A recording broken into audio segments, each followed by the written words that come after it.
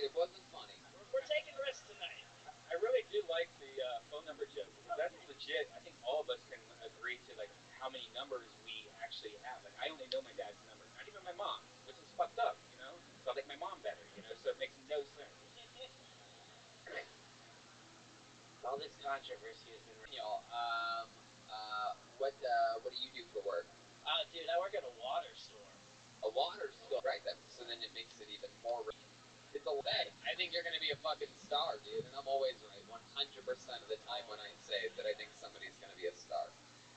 Except for my own career, I was never really spot on about that. No. So Daniel, you're fucking 22. What's another fun fact that we would probably be interested to know about you? Anything else? Like, for example, like both of my parents were in the mafia. Your turn. Both my parents were. I don't know. I was adopted when I was like 17. Wow. So you literally are a redheaded stepchild. Oh yeah, dude. Holy shit. Wait, you're 17. Like, so this is just a guy that wanted some young dick or something, right? Disgusting. Wow. Number 3. Man. So, 22-year-old, I'm sorry about the immaturity of the guy next to me. No, it's fun. I'm so sorry. This 40. Well, 17's a weird age to be It adopted was a because. fucking weird thing, man. It was a whole deal. So were you at like a foster home when you were 17? No. Okay, so basically. When did they decide they didn't want you anymore? How old were you then? Oh, like 8, but that is. Yeah. If So we maybe go you down were a this road, problem it'll get child. sad. No. If we go down this road, it'll get sad. It's sad. Oh, no, not. Oh, wait a second. You just turn into your evil form right then? No, that's. What was that giggle right there? I'm feeling attacked right now. Why? I don't. Why? The last guy told us about how his fucking baby mama got plowed. Poor guy left for 5 days and she took the fucking rail. So, you're in a pretty good position. So you're 8 years old, all of a sudden, your mom dies. No, she's just doing methy stuff. Oh, okay. I gotta fucking get this shit right. Dude, that's a bit right there. I was hesitant to tell the story because I didn't want to just do a bit of it. Wow, hilarious. that's fucking incredible. Wow. That's a 15-minute chunk you can go into, man. Yeah, it's a 15-minute chunk. Next time I get to do.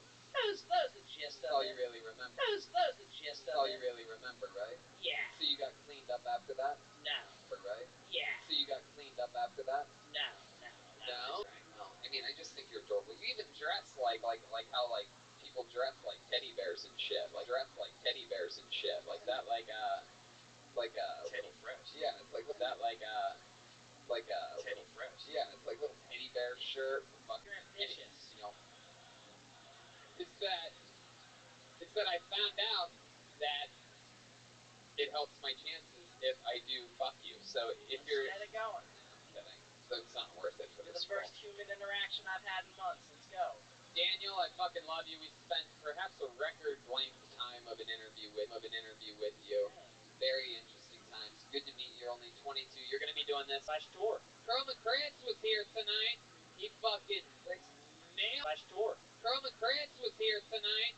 He fucking nailed it with the Bowflex joke. It took a while, Tony, but you eventually got it. Hell yeah, I did. It was yours. It was a thinker. Yes, indeed. Wow. What did you think of tonight's episode? You were definitely serving up laughs all night, Tony.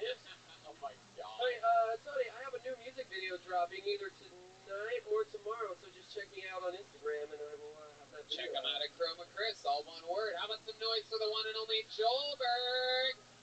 Finally!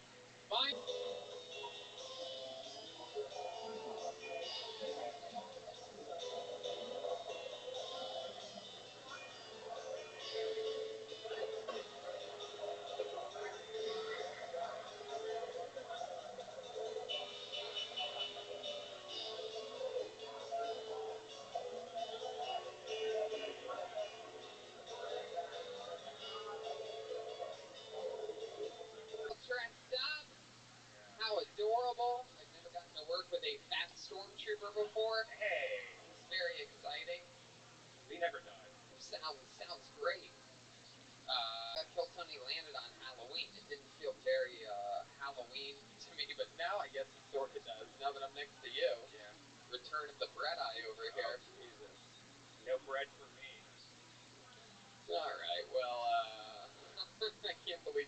dressed like that the whole time. You look like a construction zone on its period. Right. Ryan J. Evelt is here, everybody. He's going to draw tonight's episode. I'm excited. This one is off the chain. We're live on YouTube. Hello to the thousands and thousands. It's on YouTube, and for those of you watching and listening to the podcast, it is important for you to know that November 9th, just 2 Fridays from now, we are going to be Kiltony, East Coast, Swansea, Massachusetts, right between Providence and Boston. That's Kiltony and a stand-up show. And the same goes for the next Tuesday in San Antonio, the 13th, the 14th in Austin, the 15th in Houston, the 16th and 17th in Fort Worth, Texas. Tony, Texas, that whole middle week of November. I'm doing stand-up all by my lonesome, November 29th all the way to December 1st in Baltimore. I'm doing New Year's Eve in Dallas, Texas. So turn into 2019 with me in Dallas. I'm excited about a lot of things. One of the things that I am doing is I'm taking the month of December off. Did you know that, Brian? And by off, I mean I'm just staying in LA, doing spots. But the one thing that I am doing is I'm going to Toronto, UFC 231, with our old pal Joe Rogan, December 8th. And I'm super excited about it because I'm a huge fan of former strawweight champion of the world, Joanna Jędrzejczyk. And she is going to be fighting that night for the bantamweight championship of the world. Now, she lost her championship. She had a couple losses to Rose Namajunas last year, and I wasn't at either one of those matches. A little fun fact for you.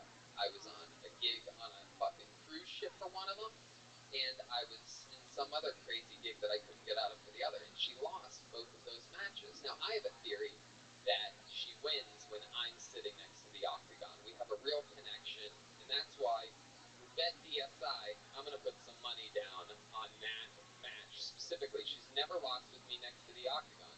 Got a lot of big UFC fights coming up, including UFC 230 next Saturday. But whatever sport you're into, there's nothing more fun than putting some cash down in the game, which is why I love BetDSI.com. BetDSI has over 20 years in business, has an easy-to-use and fast-playing interface. Bet games as they go. You let live in-game wagering options throughout the tournament. Make plays throughout the entire game and event. BetDSI has a reputation on fast payments on winnings, and you can bet on anything: sports, reality TV, politics. Hell yeah. Yeah. You can bet on it. You can bet on the fact of whether or not Red Bacon actually knows how to read. Ah, yeah. Place some bets. Go to BetDSI and have fun betting on NFL, UFC, anything. And if you Anything, Tony. And if you use promo code KILL120, that's promo code KILL120, they're going to match your initial deposit. That's good up to $1,000, ladies and gentlemen. Think about that. You put money into BetDSI, they literally double. They match your initial deposit. That is so cool.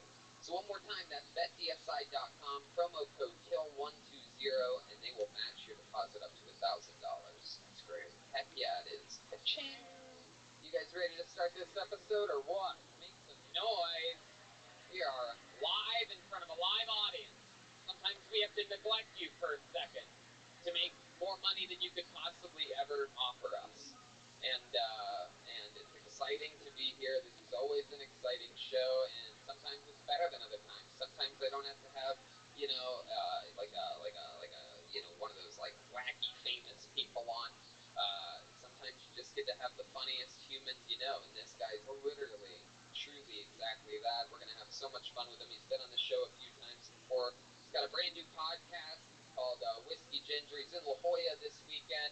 You know him, you love him. From I'm Dying Up Here and so many great specials and great things. The great and powerful Andrew Santino, everybody.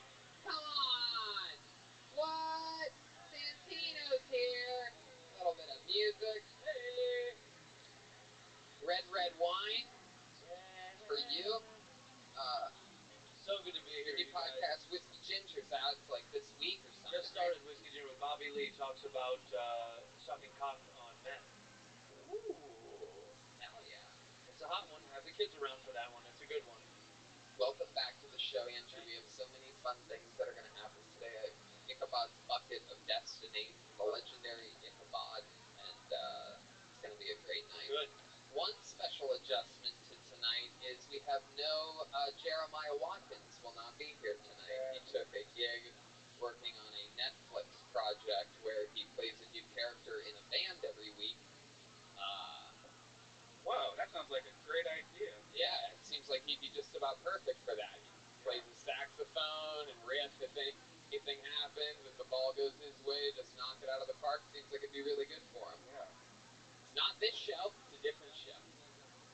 A little bit. He dabbles in it on this show every once in a while. But he's not with us this week, so you are here for something special, because it is this man's first time ever being the band leader. And here we go. It's the official Kill Tony band. It is Joelberg, Joel Jimenez, and Chroma Chris, the Kill Tony band. Wow. Wow. This is this is ridiculous. They are definitely kung fu masters of some kind. We have Joelberg, who looks... Oh, wait, it's still happening. Wow! This is incredible. I can't believe we get to spend the whole show with some kung fu masters. That is incredible. That is... Wow! He is completely physical. Wow, he's so into it, you almost can't tell there's a white strap holding the beard on. It's incredible. Oh my goodness, and good beer into it. With the ballerina shoes. Well, my favorite is to look at people's faces in the crowd who've never been here before. They're like, what the fuck did I come to? I want to know what this guy sounds like. Hello, Kung Fu Master. Hello, Tony. Wow. It's like when they overdub the movie. That's his voice when they dub over an American. That is right. You were very wise. All right, this is exciting. You got your drum set up there. We have Chroma Chris or a young Santa Claus or something. All right, a man of few words. We have Ichabod's Bucket of Destiny here. A bunch of people signed up for the chance to get 60 seconds of stage time, and then afterwards you get interviewed. Anything can happen. This is the biggest moment of some people's lives. If I pull your name out of the bucket, you get 60 seconds. You know your time's up, and you hear the sound of a kitten. That means wrap it up then, or else you're going to bring out the angry West Hollywood bear. Hell yeah. Everything seems a little quiet on your end tonight. Shy. Alright, well, it's... Alright. Maybe this is just a better... Brian smoking a cigarette backstage. I don't look like the saddest out-of-work rebel fighter. It was just... As if Like you would even make the floor. Guys that are like tall and in shape. They don't show you the dudes that are sitting back smoking sad, like, oh, we gotta go out first, you know? Tony, I didn't know the Rebel Alliance had a Make-A-Wish program. By the way, I'm Master Jim. Master Jim? Yeah, I've been eating rice straight for 17 years to be here. It's kill or be killed tonight, Tony. Okie dokie. Alright, well. Alright. Okay, we're starting the show. You guys ready for this? You guys gonna play music when I say a name? Your first comedian getting 60 seconds tonight goes by the name of Brian Drolet. Brian Drolet, here we go.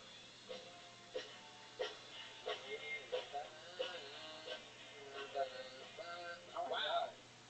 Here we go. This is a long walk. I think we know this guy. One more time for Brian Drolet, everybody. Thank you. I'm in a great mood, even though right before I walked up here, some girl told me I looked like Jason Bateman had sex with a giraffe. My name is Brian Drolet. I've been acting for the last 10 years, so sometimes people recognize me from programs I've been on, like MTV's The Hills or MTV's Disaster Days. But maybe there's one person in here who recognizes me from what I'm currently starring in, MTV's reruns of The Hills and MTV's reruns of Disaster Days. This can be a tough business to make it in, but what was I thinking? I want to be an actor and my biggest credit is a reality show? That's like wanting to be a doctor and your biggest credit is you got sick ones. what did I think James Cameron would be casting the next Avatar and be like, all right, we have a $4 billion budget for this one. For the lead, we can go with Matt Damon or Leonardo DiCaprio or Heidi's ex-boyfriend's roommate that dated Audrina before she met Justin Bobby. I think that's our guy. But I do have some good news. I have a new Netflix documentary coming out that I'm the star of. It's called Completely Broke at 38 and Can't Pay the Rent. They said I was perfect. And I think that's the cat. Thank you. Oh, yeah. All right. Hell yeah, Brian. Welcome, welcome. How are you?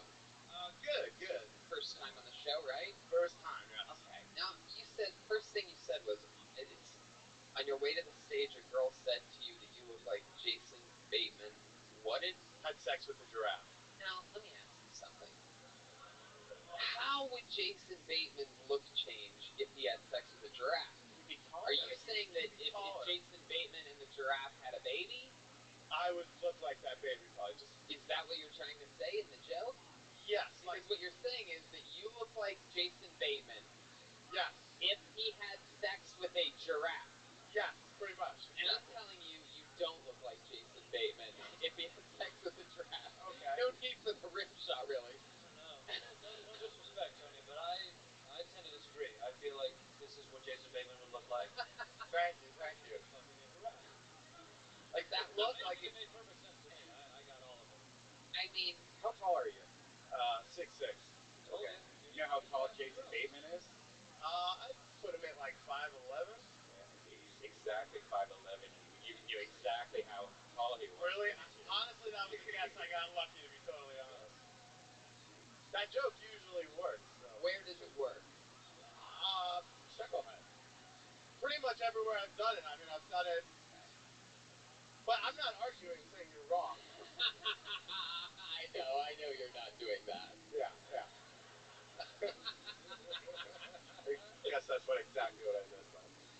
How was the hill? That's wild. You did that, huh? Yes, it was right when I first moved out here. Great. How did they get when they got here? They're like, we need somebody that looks like Jason Bateman fucking a giraffe. Yeah, that was it. It's the only thing we're missing up here on this board. We have every other look. Can we get a bloated Jason Bateman? That was the casting They process. said we could get Matt Damon, we could get Leonardo DiCaprio, but we need someone who looks like Jason Bateman fucking a giraffe Yeah. for the hills. Because Hollywood. when you fuck a giraffe, you look like you just woke up from a hangover at the exact same time. You look a little sleepy. Are you tired, or do you always look like that? Some people just look tired. You look exhausted. I probably am. I don't sleep very well. Why don't you sleep very well? Because of your reality show background? Do you feel like probably. There's a lot of shame there. Okay, well. That's the OC, but we'll let him. The same shit. Same shit. So basically that happened just when I first moved out here. Just met the Laguna Beach kids, hanging out with them, and then my best friend started dating Heidi, and they set me up with Audrina. wow, what happened? What was your storylines? Like, if we watched those episodes, what would we know about you? Like, what was your biggest thing that happened? Like, when Hills fans see you, they're like, "Oh, it's Ryan. It's the dude that fucking fucked that giraffe." Like, what do they say? I'm gonna regret that joke. You're gonna think of me every time you tell that joke from now on. People know me as the forgettable guy. That looks kind of, sort of familiar, but they can't place it. And then when I tell them, they Google and go, "Holy shit, it is him!" That's pretty much it. No memorable scenes? No one thing? I guess my memorable thing would just be that I'm on the entire season 1, and You're in the whole thing and you have nothing to the show. whole season 1, and all I got There. was this T-shirt. No, There? yeah, just I'm in all of season 1. I know it's So weird. incredible. Yeah. How many episodes are on there? What's that? How many episodes are in a season? 10. That's a lot. Yeah. That's a lot to not be there. I'm in the intro Yeah, too. that is interesting. Did they give you an intro card? I got an intro moment, but no name, no respect for the guys. All How old were you again? What was your age? I am 38. Well, you were on the hills and now you're over the hills. Oh, Joelberg here. Is that Joelberg underneath that makeup?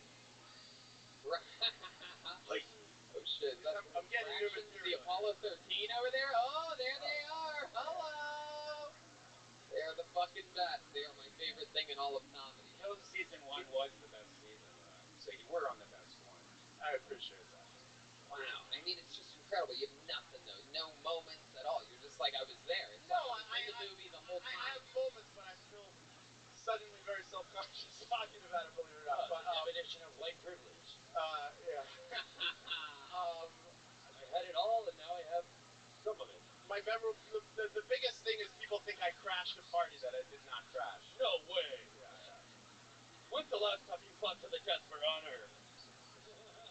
Never. Shut up. Tuesday. Tuesday's your sister's name. Moving on. Back to you in the studio, Tony.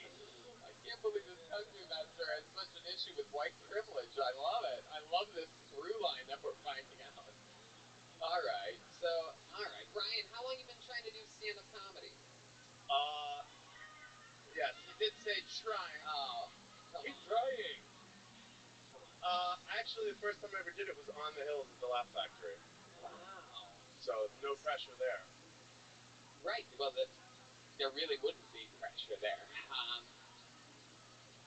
When was that, though? How long ago was that? That was when I first moved out here, so about 14 years ago. 14 years ago. But I didn't keep doing it. I did it like just a few times, and then I got back into it recently, like 2 years ago.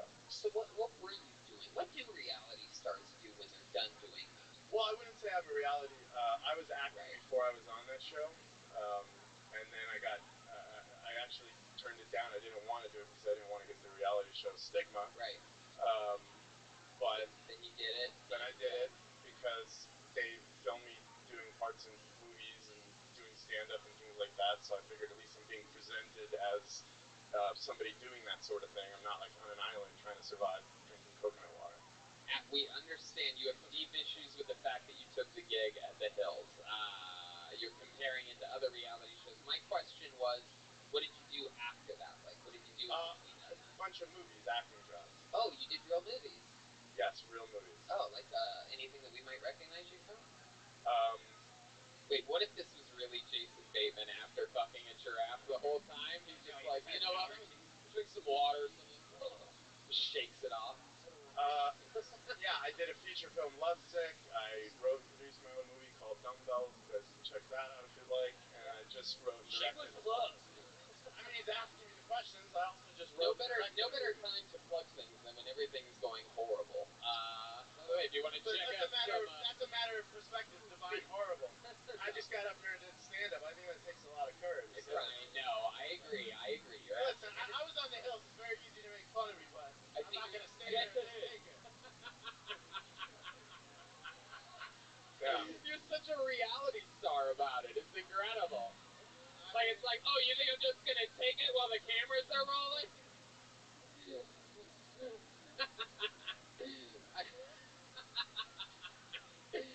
All right. I mean, Brian, everybody knows that it is tough, and of course, I adore everybody that has the balls to sign up for this show. I feel like that goes without saying. This is like episode 303. I've said it a million times. You have more balls than anybody that didn't sign up. But out of all the people you signed up, come on.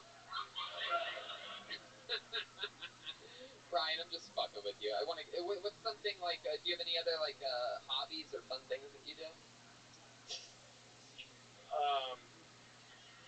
This guy's definitely gonna get the "don't kill yourself" fist bump after this.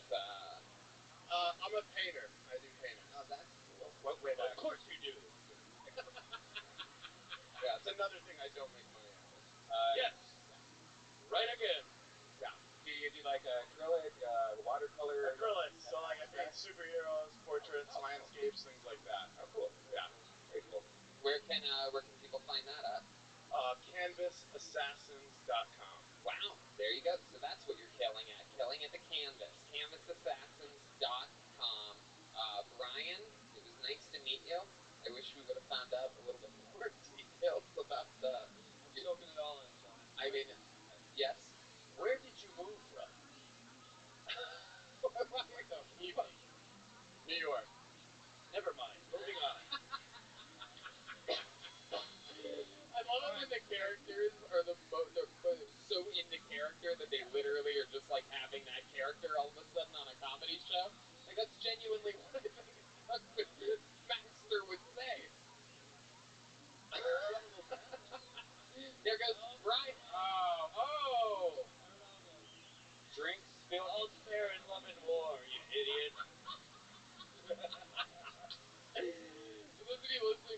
podcast, me making fun of Joelberg made him stand up and do some weird wavy kung fu kick thing in the air, and then he sat down and knocked over his drum set and his drink. You're lucky you weren't closer to it. Okay. There goes Brian Jolette, everybody. Check him out at Brian Jolette. Brian, fun times. There you go. He's on Twitter at Brian Jolette, CanvasAssassins.com. And you really did the please don't kill yourself fist bump. I love that. You have to do it sometimes, man. It's a good thing. It makes me be able to sleep Welcome. You know, I did find How on are one you? of those websites, this is what they look like now, and that was 5 years ago. Hope you're having a good day. Anyway, I didn't even hear what you said. I had to pay attention to two other things for a second. Seems like it's a good thing. You guys having fun yet? You get the show? I mean, chaos. He went straight the fuck home. That kid, I mean, it's like watching him, like a view of him smoking a cigarette in his car, like slowly driving to Glendale. Yeah. Sad. With the windows rolled up, just. I deserve this. Aww. He's dead now. People are gonna think he's just a Halloween decoration out front. Your fist bump didn't work, Tony. I pulled another name out of the bucket. Make some noise. Make some noise for KJ Robinson, everyone. KJ Robinson. Fuck yeah. Here we go. It's all happening.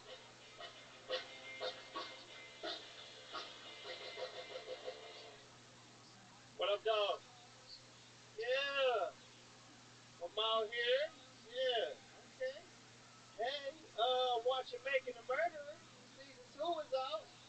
Yeah, I'm learning a lot from that show. I'm learning that Stephen Avery got bitches, man. That shit is crazy. Why does Stephen Avery got so many women? Like he getting his bitches the old-fashioned way. He writing letters. Who is doing that? His pen game got to be crazy. This shit better than Drake's.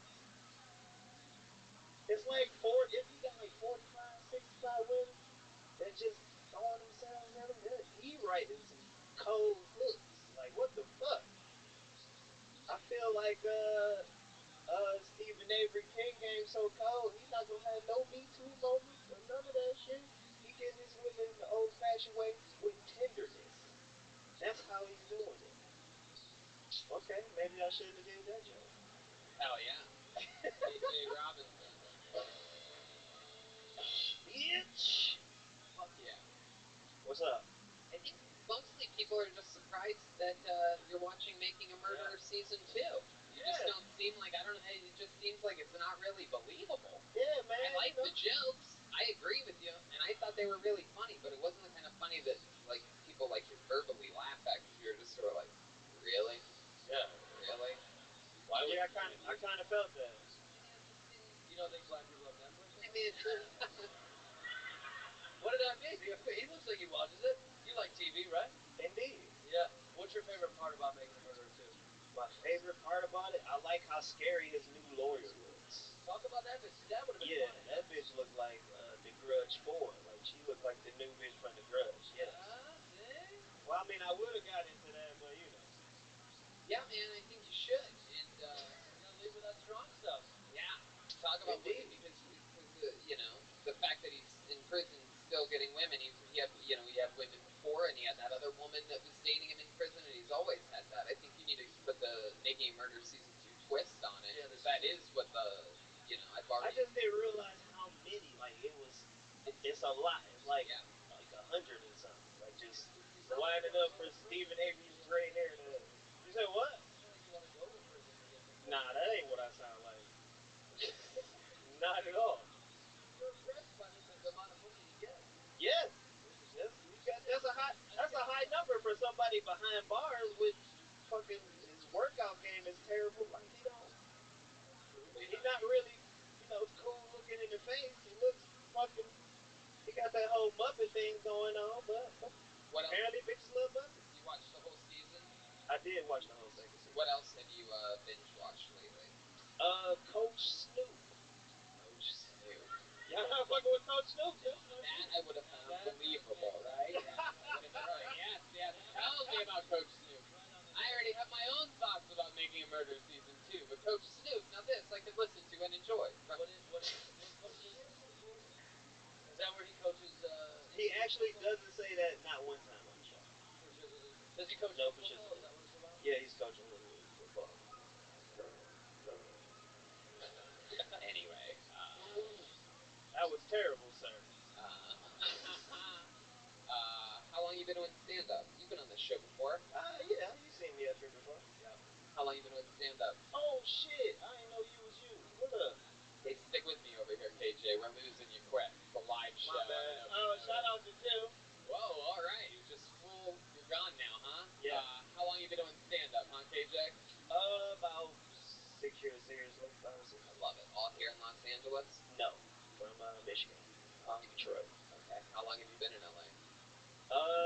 4 months. What do you do for work? This nothing right now. You stand up full time. Yeah, just hustling. It's okay, bro. Oh my god. Oh my god. Oh yeah, Rebel Alliance pilot is having issues over there. Your microphone fell out of my ass. This is why the dark side is won in most of the movies. Because you stumbling around over there. Speaking of the dark side, back to you, KJ. Hey, that was pretty solid. Yeah. Fuck with you. So how do you make a living doing stand-up? Shit, doing it, getting money, hustle, whatever. Come on. Matter of fact, I came in third in a contest last night, made $10. So Yeah. wow. Yeah. Yeah, you're jealous. Yeah, you're jealous. Cause everybody else doing 10 minutes for free. The whole room just slept for $10. Where was the contest at? Covina, the Chatterbox. Shout out to the Chatterbox. What was the grand prize? What could you have won? You said what?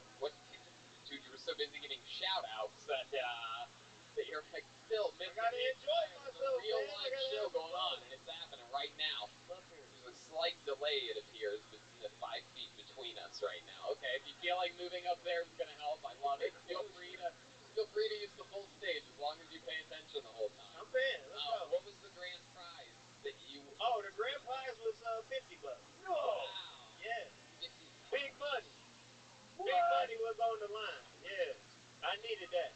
Shit. So you can't live off that. So how do you actually make your money? Right. Do you rob comedy clubs? Whoa! Wow, that's not even a joke, Brian Redband. You're just saying actual. I'd appreciate if you not use your white freedom during my shit right now. So stick with me, KJ. Just ignore this guy over here. He looks like he deserves it. Anywho, he's just playing a character tonight. He's a racist stormtrooper. One of the racist stormtroopers. The goofy little Halloween character. Oh man. So do you rob the comedy club? Saw that one coming. Bad cop routine. You see that? KJ. Right. Yeah, we don't do no snitching though. We're not snitching. Can't be asking me shit like that. What's wrong? Alright, so you're not gonna. On the side hustle. I mean, I used to have a job. I'm just not working right now. What was it? I worked in mental health. Yeah. Interesting. Yeah. What did you do with mental health? I did some service coordination and I helped clients with ADS. How did you finally get out of it? Like, did they say you were healthy enough to... It's like a. That's why you third, huh? That's why you third. All right. What do you do for fun? What I do for fun? Who? You go out. You who? You who? Yeah, who? Hula or? Apparently. No, but like basketball. Who? Basketball. I took a hunger strike for the last 13 years. Back to you, Tony. Hey, you working for little menial up here today. Alright, KJ. well, we're gonna keep this thing moving along. It was a fun time chatting with you. All right, Bo. KJ Robinson.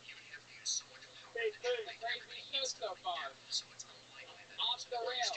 Hell yeah, KJ. Fuck yeah.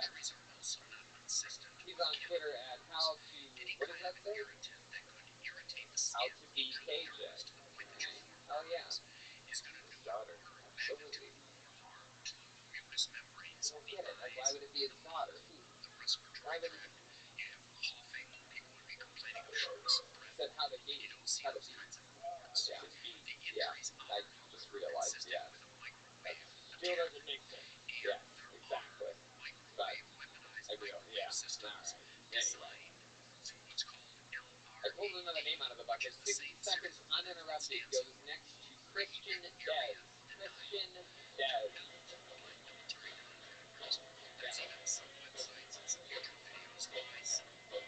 Is Christian coming? Is that Christian? Here he comes. Ooh, I like it when they come from that way. Hell yeah. This has to be his first time on the show. Make some noise for Christian Dez. Hi everyone. So, it's okay when you make fun of Asians as long as it's obvious, you know? The problem is, people make fun of Asians all the time without even knowing it. Like, I'm 6'1". If I were white, that wouldn't mean anything. Do you know how many strangers in my life come up to me all excited, like, hey, Mr. Oh my gosh, you're super tall. For an Asian, that's crazy. What? No, you can't say that to me. Wow, that was really bad. But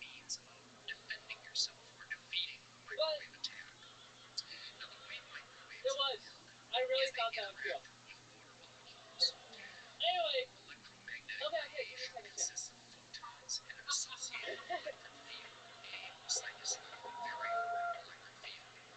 Anyway, so of course I can't complain. Asians have it pretty good.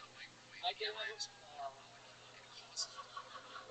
Finish it. Keep going. Let's see what this one was. Go ahead. Okay. Asians have it pretty good. Thank you. So Asians have it pretty good. We can barbecue in the park.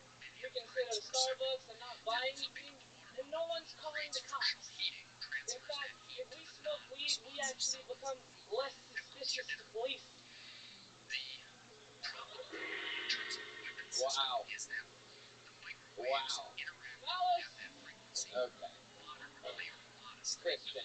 Nice to meet you. This is your first time on the show, right? Hell yeah. I've worked You have very to hard, honor your man. family. You will die. Christian, we have done this show, I believe, 303, something like that, times, right? 304 times. You are the first person ever in the 60 seconds allotted that ever asked for a second chance. Ever. It's never happened before, and I love it, by the way.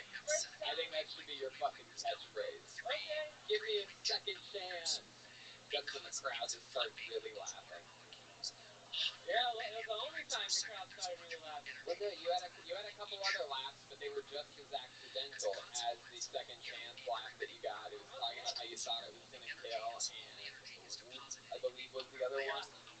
Seriously. How's it going, man? How do you feel after that? Is that a normal set for you? No, it's my first time. This is your first time ever doing stand-up? Oh, I love that. That's great. Hell yeah. In that case, it was fucking great. Great, seriously. Yeah. It's all downhill from here. No, How old are you, Christian? I'm 30. 30? And this is so cool. You just started doing stand-up comedy. What made you come out tonight? What made you try it? Sign up? What made you decide you were going to come here? My girlfriend's on a really long vacation. I think you need a slow boat to China. No, she was never supportive of like the comedy thing, and like she was totally right. Like,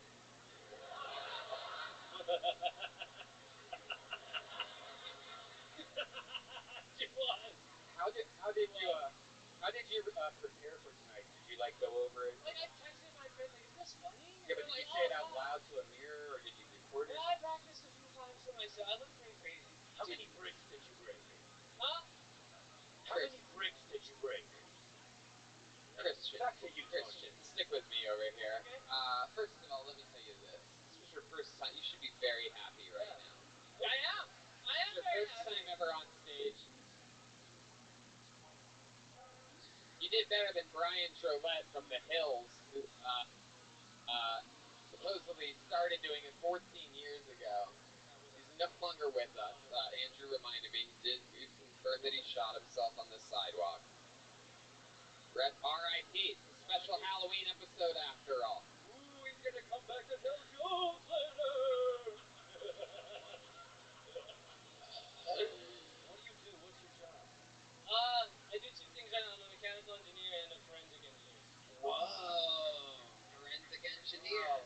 So when a lawsuit involves like a failure in engineering matters, I counsel lawyers on like technical issues. Wow, very cool. How long have you been doing that for? Since college? Yeah. Where'd you go to school? I went to school at Cal State Northridge. There you Yeah. Okay. go. All right. So let me get back to the fact that you said that your girlfriend is on a long distance trip. All right. Very, very She's long. never been supportive of you. So how long have you been with her? 3 years. 3 years. What's she like? What kind of is she Asian too? She's a halfie. Hey. Oh, what's the other half? Middle Pakistani. Oh, Yeah. look at that. Good thing you have a background in forensics. Yeah. I don't even know what it means. And engineering, though, so you might be helping her. You never know. Yeah. Which she flies a plane into, you can just build back up again. Sure. I love it. He's like a weird nervous energy, right? I'm very nervous. This is my first time. Yeah. It's cute. It's almost like you're autistic. But are you autistic? Are you? I don't mean that in a mean way. Are you autistic? Do you have a little bit of? Are you there? Are you close? Got a little No, I'm twitch. here. I'm all the way here. I'm here. I'm not autistic. But you're sort of a silly. You have a silly personality. Yeah, I mean, everything's good. And you always this way when you're like engineering and stuff? You got that big smile on your face? No, engineering's kind of boring. That's why I wanted to. But you're loving this right now. Where do you live? I live in the South Bay, Manhattan Beach. Oh, okay. Hell yeah. Man, you're living the good life out there. Okay, we're okay. So the two Asian jokes you told, you said. Oh man. Okay, so let's say this. Do you have any other Asian things that aren't stereotypes that we know that's personal? Like something about your mom that's maybe funnier than either of those jokes that you told? No. Is your mom the Asian one, or is she Yes, the... my mom's the typical Asian. Like that's why I'm an engineer. Give us Right. an impression of your mom. No, I'm not gonna impression of my mom. Oh. An impression of your mom, real quick. Come on, do it. Come on, real fun. I can't think of anything to say. I haven't practiced. If you don't, I will. Give us one quick one. Come on. How about mom or dad? Give me somebody. Give me something that's. Give me an impression of someone that's close to you that you think has a fun personality. No, I can't, man. What's something that your dad yells at you a lot? I don't know my dad. Oh, That's funny. That's funny. Do wow. that. We love that stuff. Man. What happened? What'd you do? Your dad disappeared? Your dad. So you were also black. No, he was Pakistani, but the type of Pakistani that packs their bags and He also took a long trip. Yeah, very long trip. Let's get back to this girlfriend. So you've been with her for 3 years. Where'd she take a trip to? She went to Bali, Philippines, Singapore. Who'd she go with? Her family, like her parents. Oh, sorry. You believe that, huh? Is this the only thing that you're doing different while she's gone? You living out some other dreams, you know? Like I'm not cleaning. Fucking rock and roll, dude. Tell me. You're like, hookers, coke. He's like, fucking not cleaning up after myself, dude. It's one of the fucking. It just goes to show how hilarious honesty is. Like, there's no doubting that you are just so excited about not cleaning. Yeah. Wow. He says it out loud too. He's like, this is the sink. I'm not doing them.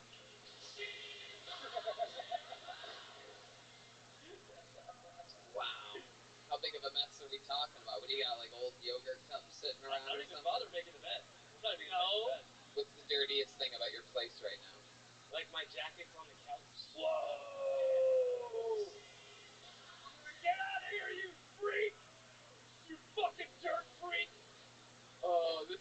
This is my new favorite segment of all time. It's called Dirty Asian Secrets with Christian Dez.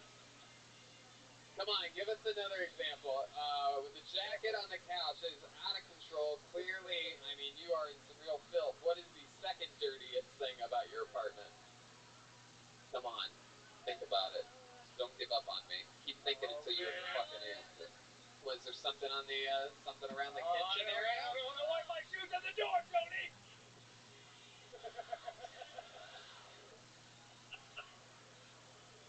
Tony. Yes. Grandma Chris just said his browser history. Okay. The moment has passed, but thank you. Hey. With That the is second, why I did not say it. anything else dirty about your apartment right now? No, I mean, just clothes in my room. When is she back? She's back. Her flight comes in at 10:40. Right? Oh. The dream dies tonight. Wow, you waited till the last minute. Did you Yeah. sign up any other week here? Last week. You signed up last week, you didn't get on, and now here you are, with hours to spare.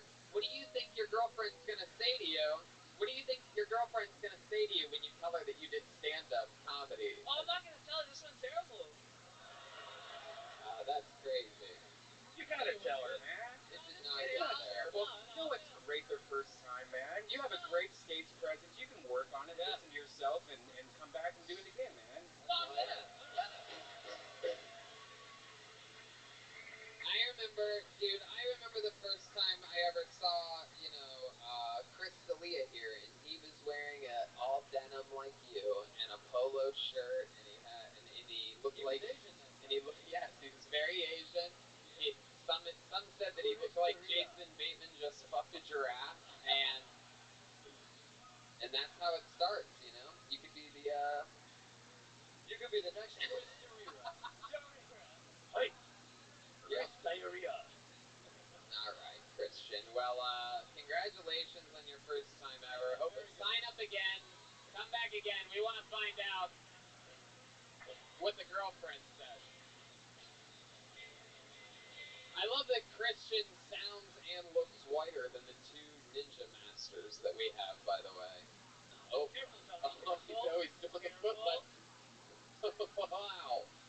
All right. Nice butthole, dude. This place is out of control. Yeah. Hey, next week we have Whitney Cummings as the guest, by the way. Who was that? Her first time ever on the show. The great and powerful Whitney. I'm excited about that. What was that? What I say? Is that the corpse of the first guy trying to say his last words or something like that with a bullet hole still? I will spin kick your head off your shoulders.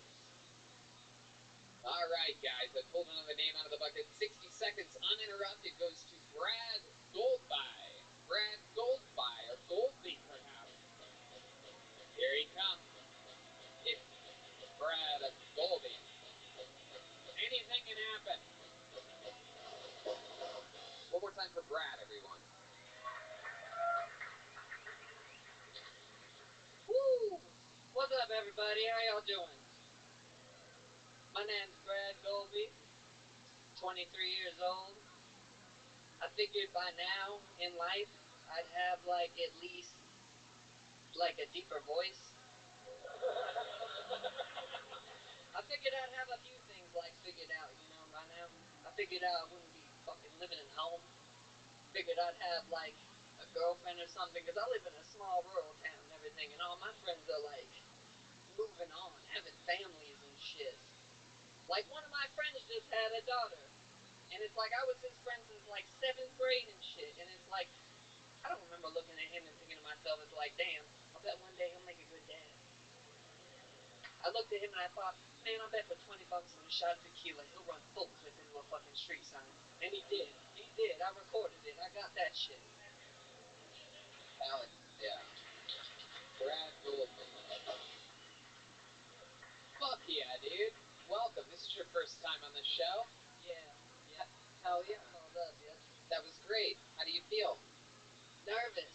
I never performed for a crowd like this, because it's I regular around Las Vegas. I came here with Ichabod tonight.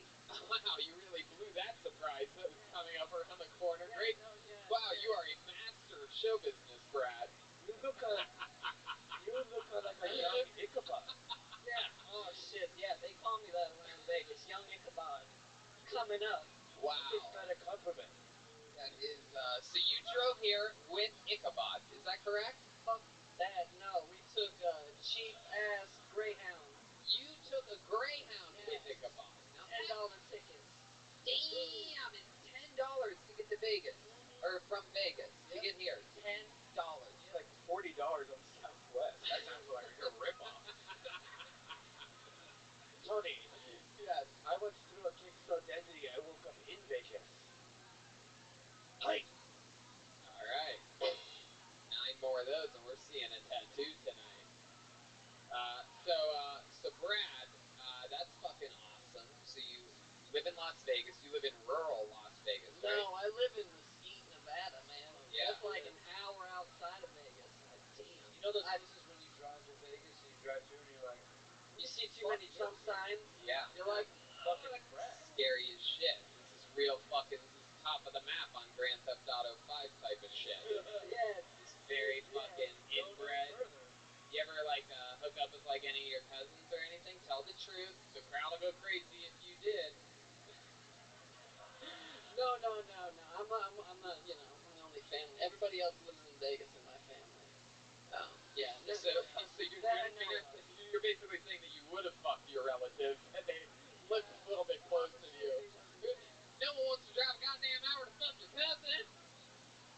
Everyone knows your cousin either comes to you. I'm coming to fuck you guys. The bus leaves at 2:30. Not you specifically, but I've gotten so high with you in a garage so many times. I'm having so many flashbacks. Hell yeah.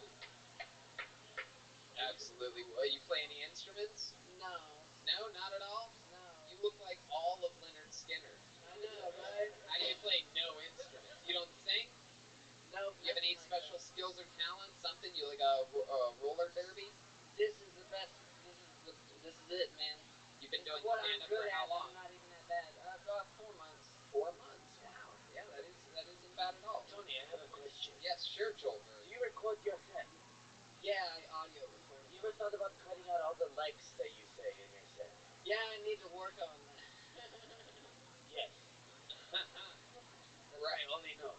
So, Brad, what do you do for work out there in fucking Mesquite, Nevada? That's a scary place. I mean, that's one of those places that, like, moves me, like, emotionally. Like, it's like, I literally, like, that's the shit that sort of scares me. Wide open fucking spaces, freeway that runs through the middle of nowhere. Just one guy waving at you all the time. Yep.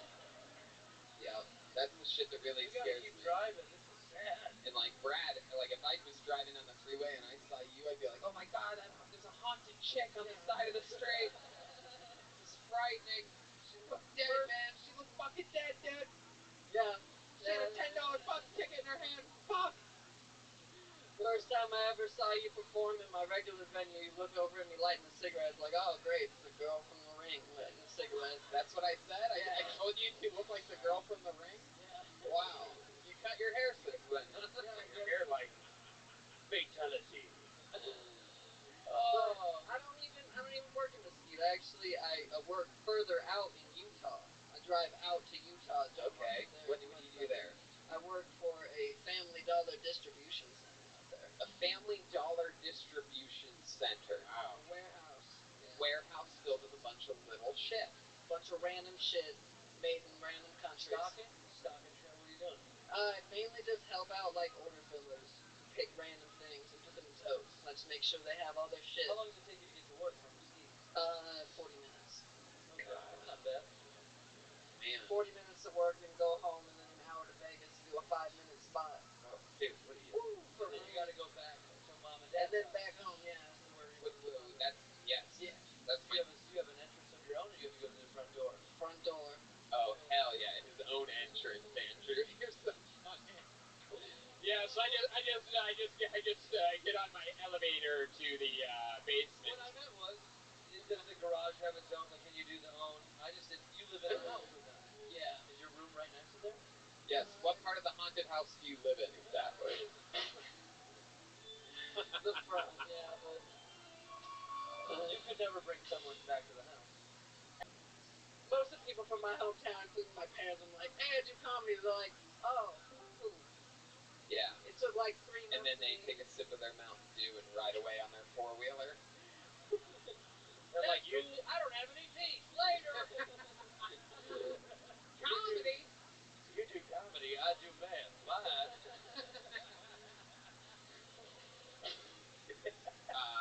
What's your mom and dad like? All right, I guess. Hardworking. What do they do? Hardworking? My mother does property management, and my father does maintenance work at a casino in Mesquite. Wow. I know, it's crazy interesting, right? Those are decent living, Brian. Wow. So, Which casino? which casino? Does your old man work at? Yeah. The Eureka. Is it? I don't know. What is that? What is The that? better of the three.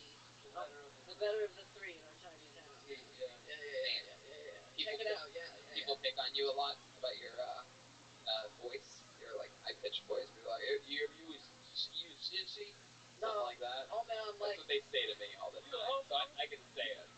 no, I get picked on more about my hair and things like that. My voice more on like online video games, man. Oh yeah. Yeah, as soon as you jump on online video games, it's like they attack the voice. And Oh, you sound like a bitch! Oh hell no! I'm playing against you.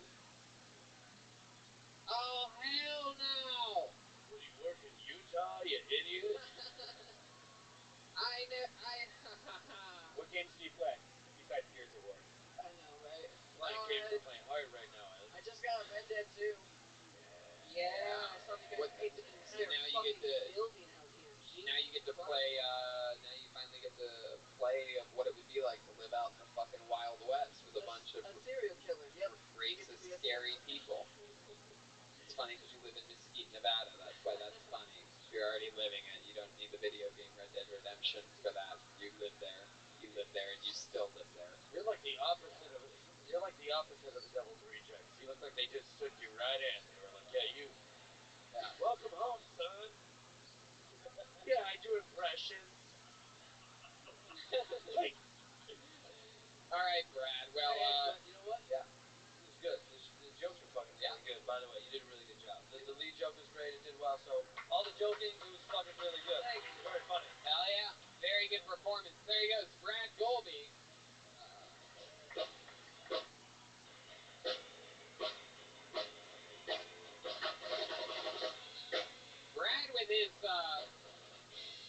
Brad with that joke about the high-pitched voice did something that the Asian guy did about cleaning his apartment, that he was honest. Yeah, it was really good. And it gets a Struck me right away. huge reaction. But I think, Brad, wherever you go, do more stuff about your voice. The next part should be about you online gaming, because that's a perfect transition into, because your voice is, it's terrible. It's a terrible voice. Come on, man. Go run with it. You know what I mean? Yep. Run with it as hard as you can. 110%.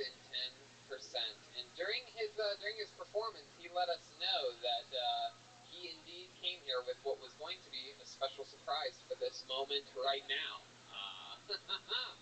So, you know what's happening. He is a character that's been on the show, I think, 4, 5, maybe 6 times ever in its history.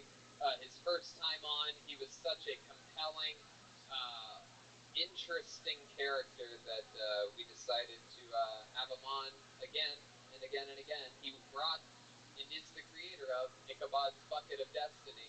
Ladies and gentlemen, as a special Halloween treat, I present to you Kill Tony legendary character, Hall of Famer, the great and powerful Ichabod!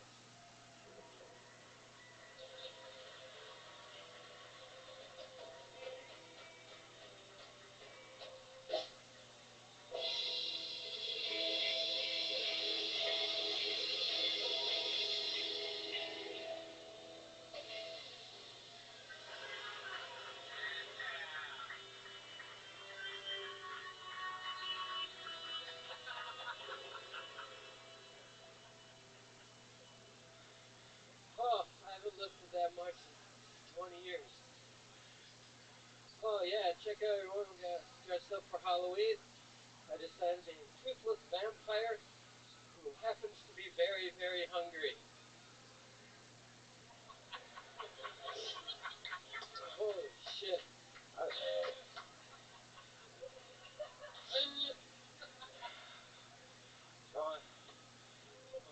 Take this Halloween opportunity moment to talk about The Walking Dead. Have you guys seen this show? This is a great Halloween show.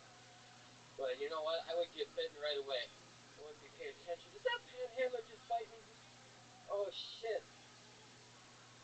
What the fuck? I'm eating frames?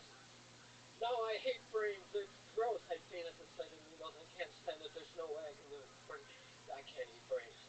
I'll eat at White Castle. Yeah, that's what I'll do. I'll eat at White Castle. Just slap $1.25 on the table.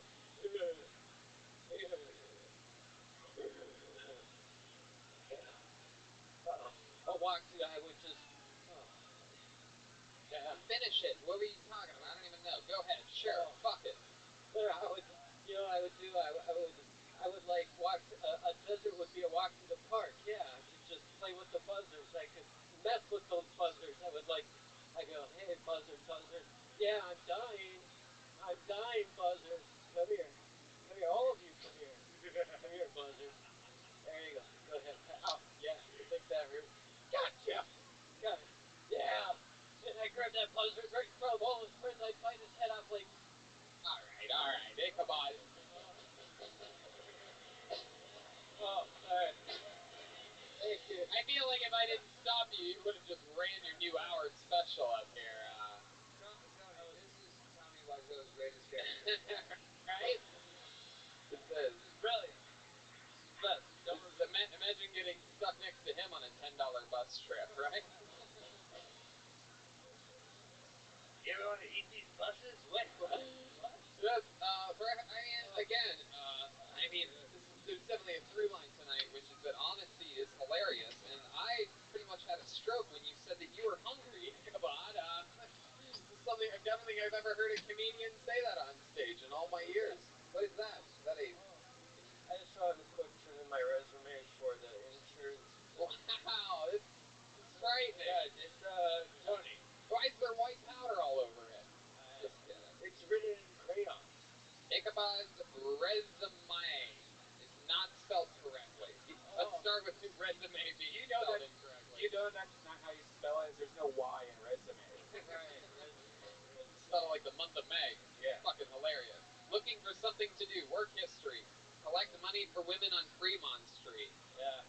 Help Uncle Ron connect to internet. It took a while, but we did it. Personal assistant for a prostitute, but you spell prostitute prostitute. And the actual, it's amazing. Toot.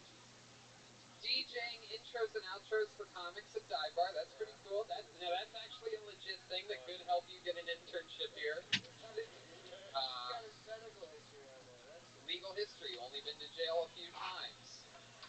Medical history. Trying to overcome PTSD. Skills. Rolling joints, shooting pool, making cheeseburgers, moonwalking. Is that true? You know how to moonwalk? Oh, no, you don't know how to moonwalk. All right, very cool. And rocking out. And also scaring people without trying has been written in. Wow. I mean, Ichabod, you are really just perfect. You're amazing. How's life been, buddy? Been doing stand-up? Yeah. It's. Can't tell you something. No, I've had these thoughts for like a year now. I've been thinking about it over the last week or so, and I was thinking about I might want to. Do you know anything about like if I was gonna be a furry?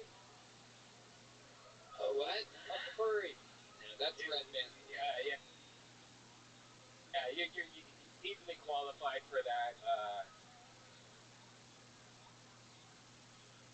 I have 3 questions. Okay. One is it one of these things where there's no going back? Once Who the fuck starts with 3 questions, by the way?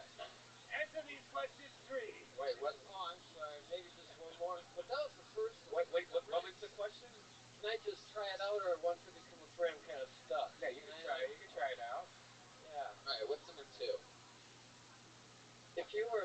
murder and you saw a big crowd, but one was a furry, would you avoid it or would you like, oh, bonus? No, you'd probably shoot at that first. Furry. Wait, what? Okay.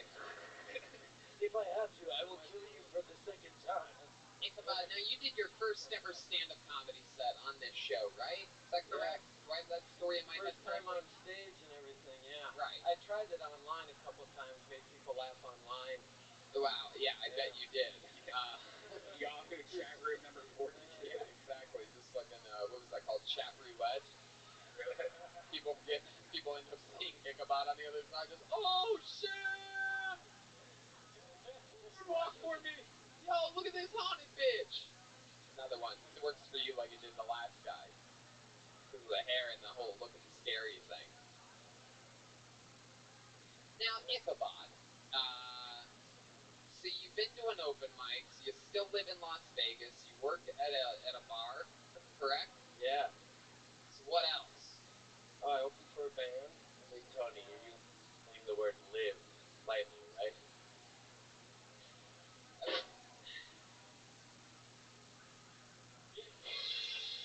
Very, Like you open up for a band. Keep going. You're opening up for a band. Yep. Oh, other things? I'm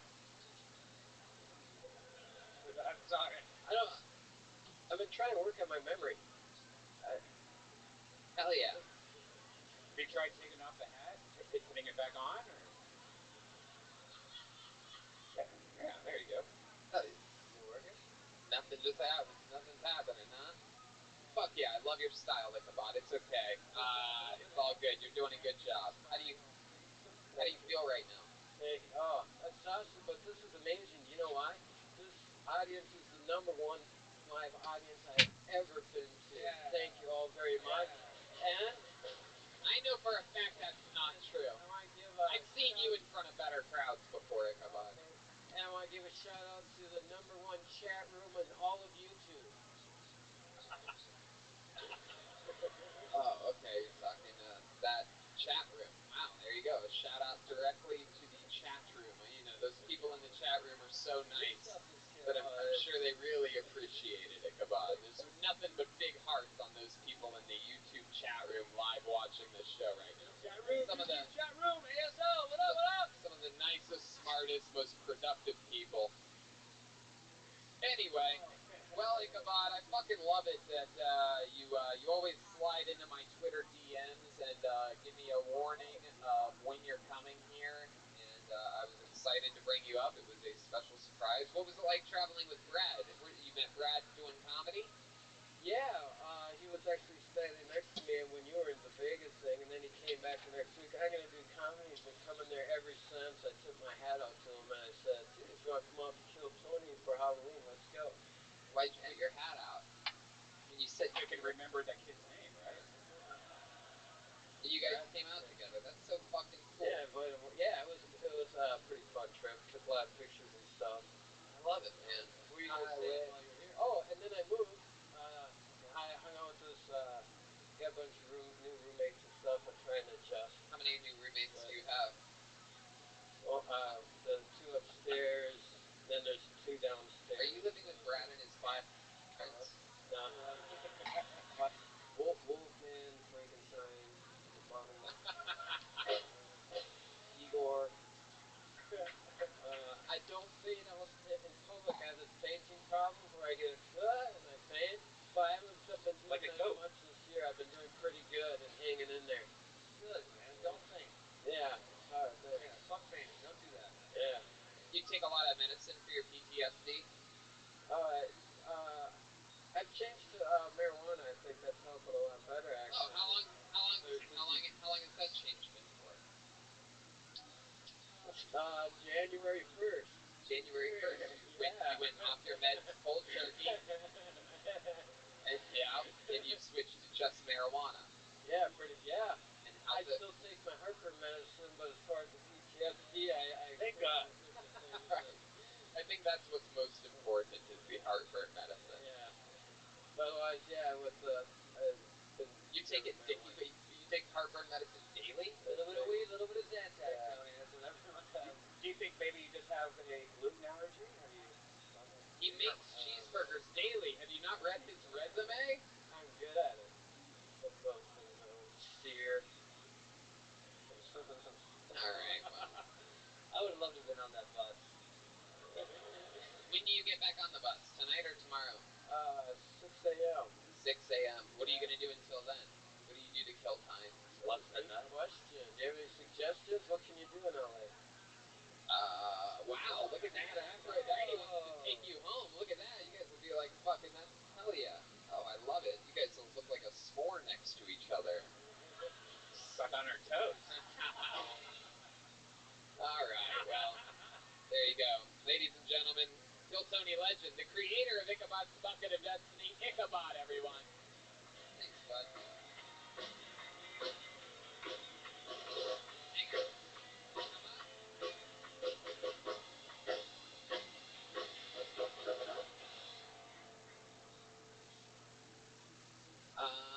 Hell yeah.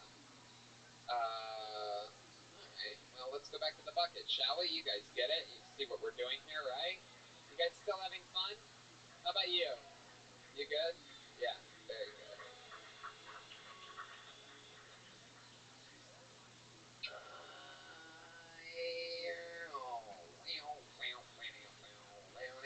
Okay, let's do that then. You sure? Is that what she said? Okay. I mean, it's so weird. We never do that. So to do that for a half hour would just be so silly. Special. 6 is Okay, then special it is. I'm excited about it. We have one of my favorite comedians on the planet here, and she wants to come on stage for the rest of the show, according to Red Band, who never does this, but he's interrupting me mid-show to invite her up, so let's do it. Ladies and gentlemen, the great and powerful Esther Pavitsky is here. Is this true? I'm so excited if this is true. It seems too good to be true. Oh my God, it is!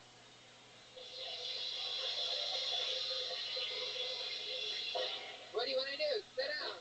Or you want to do a set? What are you doing? I thought I was going to do my stand-up for 1 minute. Hell yeah, do it. Do a fucking minute. Esther Pavitsky, ladies and gentlemen.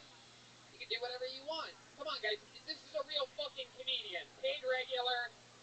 We started together a decade ago. Make some noise for Esther Pavitsky.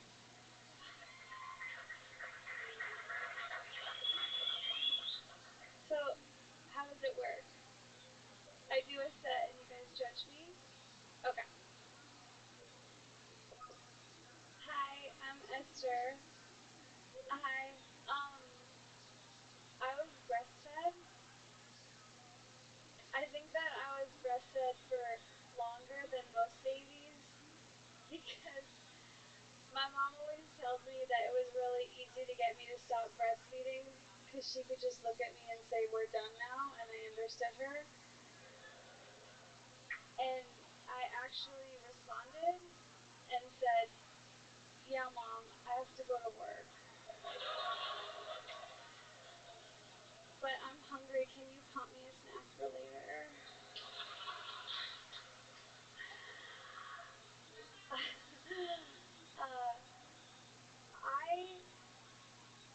I remember being breastfed, and that's not good. I feel confident that if I didn't remember being breastfed, I wouldn't be on this stage right now. I'd be. Go ahead.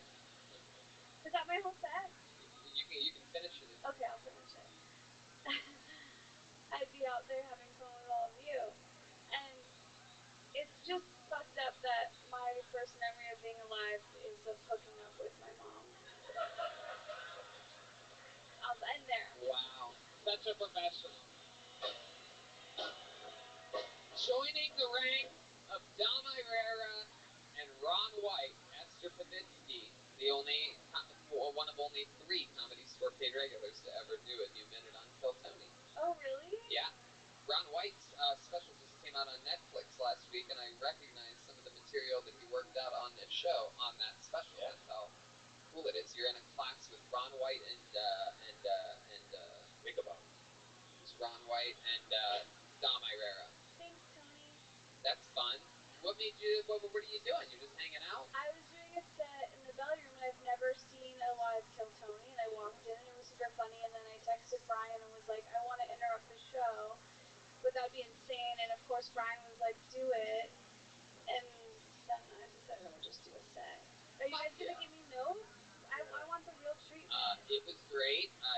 like a professional. You seem really good.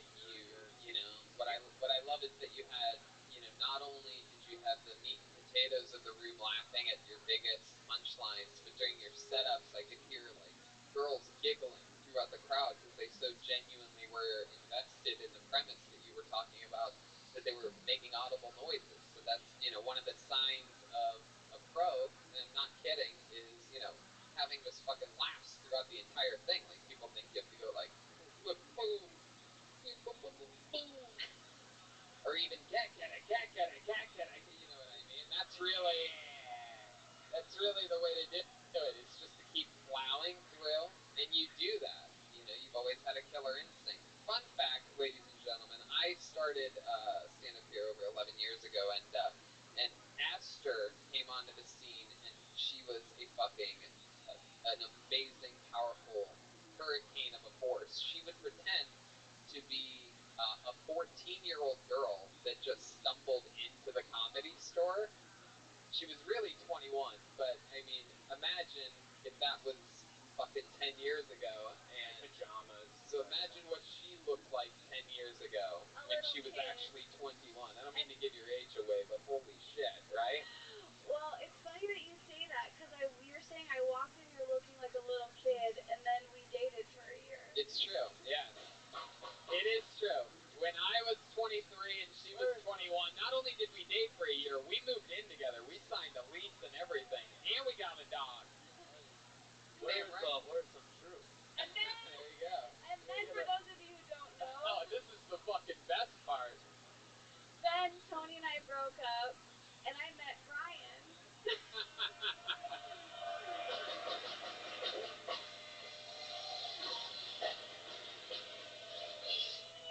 This is true. And he used to call at like 3 in the morning trying to talk to her, and I would get like answer the phone like I didn't even know who Tony was. Like, hey, whoever you are, get the fuck out of here! Like, this is my girlfriend. Do you remember that shit? No, that never happened at all. That definitely never happened. When Esther and I were done, we were pretty fucking done. We lived in a studio apartment for a year. I think that goes that way for just about anybody. For two comedians that had nothing yet, we were struggling. I was working shifts at the fucking Starbucks. But I haven't met you yet. Hello. Oh, look at that. Hello.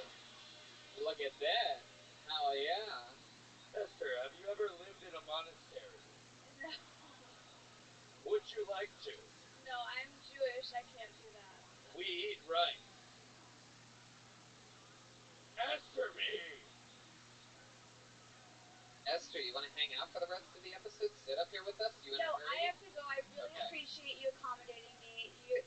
I'm so impressed. This is awesome. We do this every Monday for over 5 years now. I love that you just think that you stumbled into this new experiment that I'm doing. It's going great. Keep it up.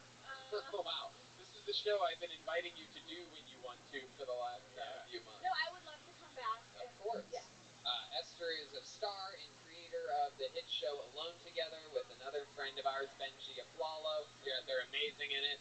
I'll say it to you live on this show because I think it's an honor to have you on here for the first time ever, which is I think she's a monster, and I think this is our future Julia Louis-Dreyfus. So it's truly a pleasure to have her on the show.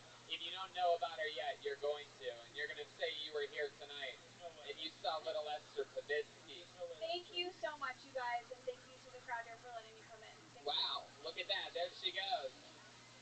I love that. The beat. That microphone needs. The beat. Esther fucking Pavitsky on that show. You know, your mom's the best kisser I know, too. Wait, say that again? Nothing. Ugh.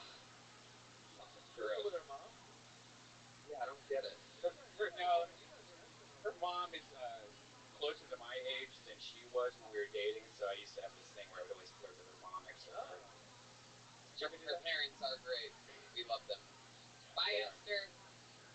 Bye, Esther. One more time for Esther Pavitsky, ladies and gentlemen. It was fun. Go watch the episodes of Alone Together. I should have asked her. They're on like Amazon or what the hell they're on now. On Hulu. It's on so Hulu. good. It's the only show we watch at the monastery. Oh, I love that. It's actually really good, and Crystal Leah's Crystal Leah's on it. Yeah. It's good. Chelsea Peretti. I pulled the name out of the bucket. We'll get to that after this next comedian. We have a regular on this show. He writes and performs a brand new minute every single week. He's a goddamn sensation. We met him, I think, 5, 6, 7 months ago, sleeping in his car, this and that. Now he's got everything going for him. It's really exciting to watch his new minutes every week. Make some noise for the great Malcolm Hatchett, everybody. Hell yeah.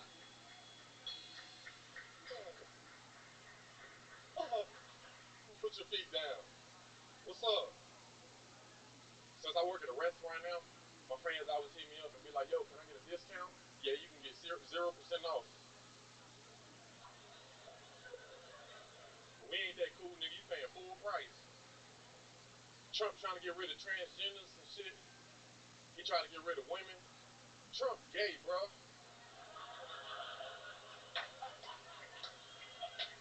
He trying to get rid of all the pussies. I don't know about y'all guys, but I ain't trying to be on earth with niggas who smell like Old Spice only. I need to smell some Victoria's Secret. Some Victoria's shit. Victoria's Zip It. How long is Lil Wayne gonna be little? You a grown ass man. Grow the fuck up, Weezy.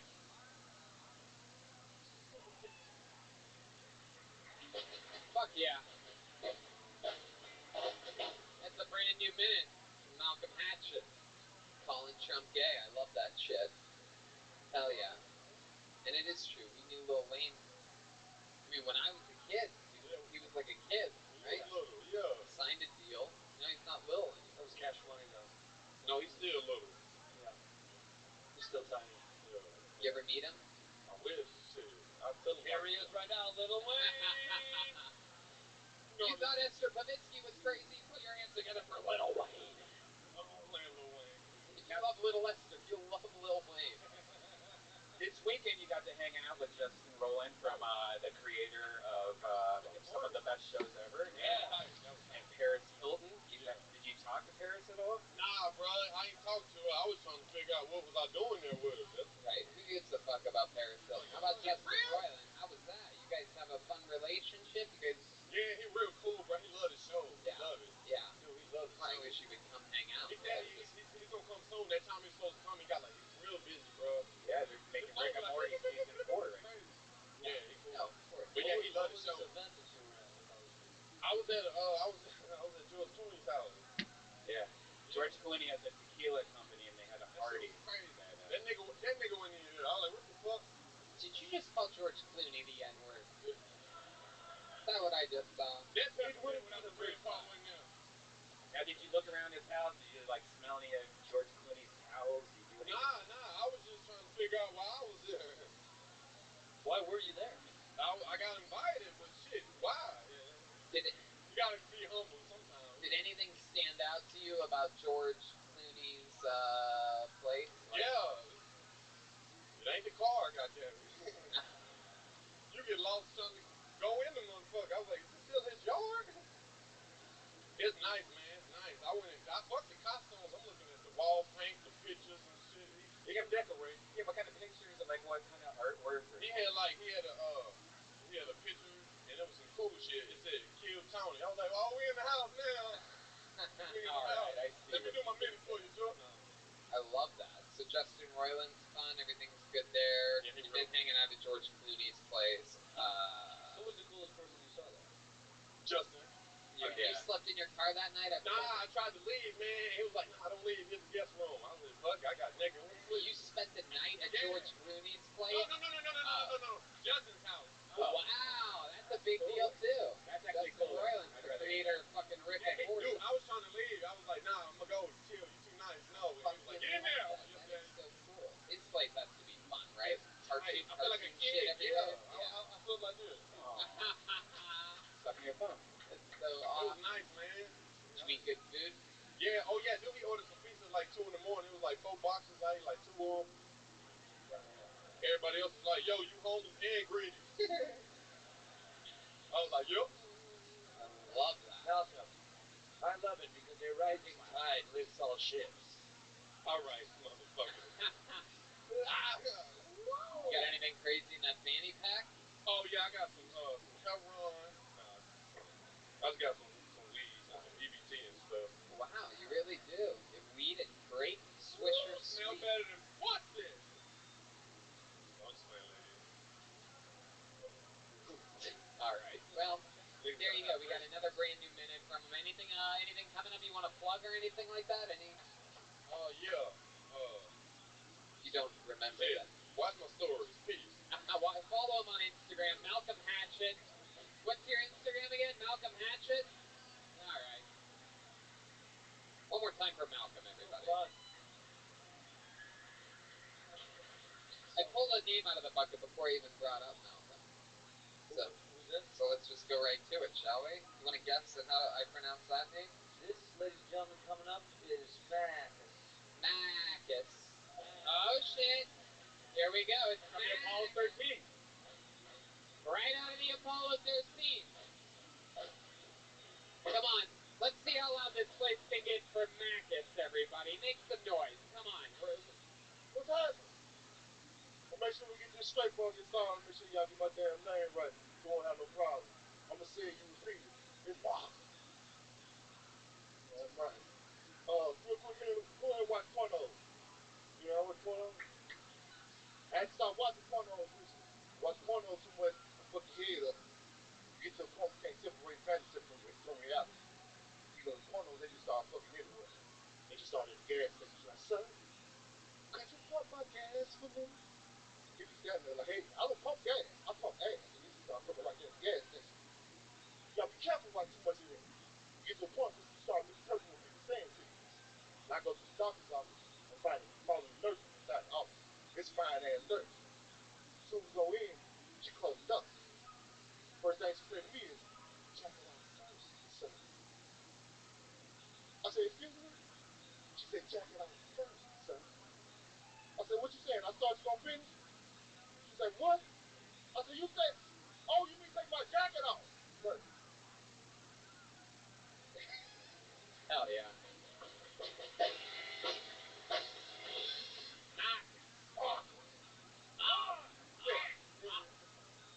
There it is. The basement your boy got though. It's Bob! There it is. No R in it. I'm so jealous of that. Black people can do that and put it on a shirt and it's so fucking cool. We can't do Cool that. the motherfucker, ain't it? Yeah. Flavor. It's called flavor, man. Why is the guy on your shirt fatter than you are, though? That's old Bob! How'd you end up with the Tony, fat I knew guy you on were gonna go your there. shirt? Bob is from last May. Tony, I knew you were gonna go there, goddammit. Did you lose weight or something? Yeah, I did. I moved to California. When I Why do you moved to have Forrest California, Whitaker on your shirt? Walking around here like Tyron Woodley. Can I see it? Goddamn Forrest Whitaker. It's even got the goofy eyes on that thing and everything. That's Rick Ross. How many of those shirts did you get printed out? I had a lot of, I just sold a lot of them where I'm from and shit, you know. Where are you from? Arkansas. Hell yeah, the land of Bill Clinton. Yeah. We still playing it there. How old are you, Marcus? 30. 30. How long you been in Los Angeles? Year and a half. What do you do for work? I'm actually an Uber driver. You're Edmund and Uber driver. What's He that? doesn't, Edmund? I'm actually, that's what I said. I'm a little cousin, Tony. Come on now. Okay, I'm sorry. I'm just trying to fucking get it. All right. You're actually an Uber driver is what you said. Yeah. Okay. Yes, Gilbert? you're 30? Yeah, I'm 30. I've never seen a black guy that looks older than that. Usually blacks don't crack, but you look like maybe 48. Some wisdom from the ninja master over there. Okay. You look older than 30, just saying. Wow, Jesus. Yeah, I'll double down. I fought for the 10th last week. You think I care? Yeah. Okay. You bombing the shooting? Go ahead. Oh, hilarious. Oh, so you've been here the last few weeks. Yeah. You're welcome. I've been here not laughing over there in the corner. Go ahead. Oh, shit. We're about to have a... Wait, no, don't put it back in the mic stand, Joel. Put it back in the mic stand. All right. So, Marcus, what do you do for fun? What's some fun facts about Marcus? What the hell do I do? Shit. Let me ask you this. Is that your real name? Yeah, well, it's Marcus, but I'm country. I always say it in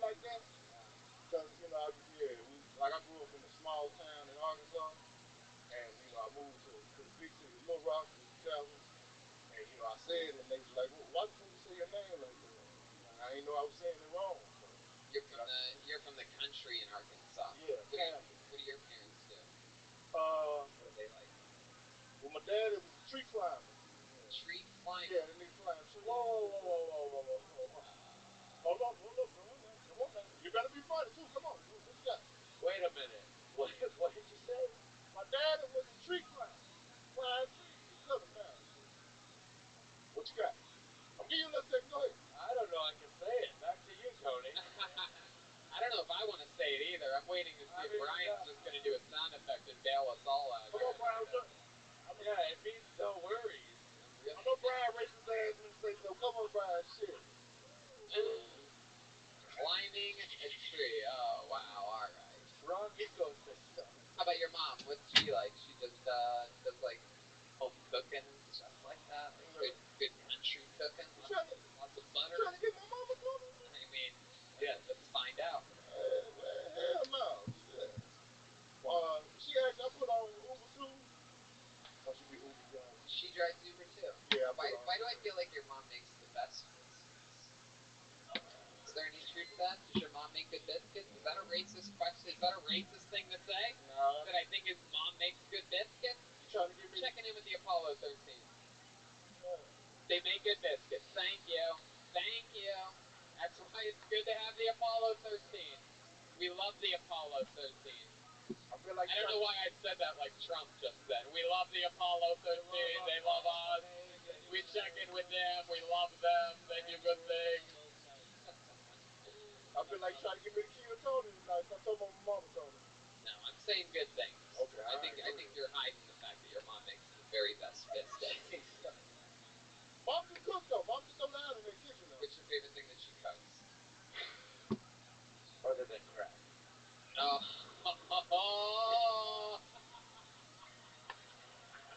I ain't scared of you, motherfucker. Joel was waiting to get his revenge over there. He just couldn't wait. That's right. Make it funny, motherfucker. That's right. Yeah. I'm fighting for my life up here. Marcus, you awakened the beast over there. He's a St. Joelberg. You told him he's been bombing for weeks. He's getting the animals up. All right. Well, Marcus, anything else crazy going on in your life? I just got chose on this little audition, right? I don't know how big this movie is, the independent film and shit. Yeah. Yeah. Independent film. What's your character? I'm a hustler. Yeah. I don't believe it. Like a down south hustler? Is it a southern movie, or do you have to do you have to sound Go for it, Tony. do you have to do like a voice? Do you have to do a character, or do you get to play yourself basically? What do you mean? Tony's like, how black do you need to be? So I'm looking. I might want to be that role. I'm not seeing myself on it, and they fuck with my character, I guess. Your character. Yeah, my character. Oh my god, that is so cool. They fuck with my character. How'd you get booked on that movie? They like my character work. My character work. You say shit so cool. That's what the casting director says. Yeah. I like how he says stuff. Yeah, you sound cool. A bunch of white people. We like how you talk. We enjoy how you fellas speak. They like I enunciate my words and shit. Yeah. Well, Marcus, what's the film? Can we be looking for it soon? What is it called? What's that shit called? How do tree climbers make money? Well, I don't understand what they're climbing for. Is it like charity or something? Like climbing trees?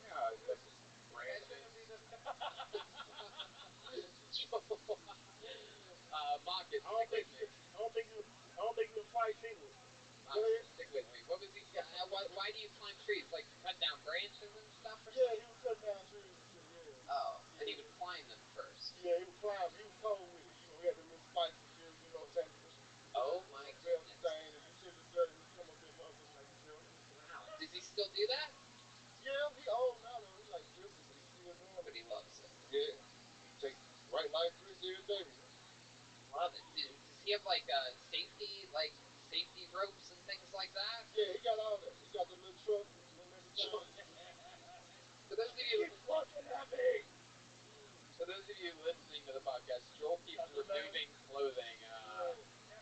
Yeah, exposing the body that appears to be the end of the movie Man on the Moon, with dying, cancer-riddled Andy Kaufman. You get less intimidating the more clothes you take off, Joel. I don't know if that's how it's supposed to work. Yeah. Your chest just never grew, did it? What? You got a little ass chest, boy. Oh, I got a real ass chest. Little ass chest, toddler chest. You look like fucking Suge Knight with diabetes. Wow. Oh, Jesus. Don't be the cause for that bullshit. You look like no Suge Knight.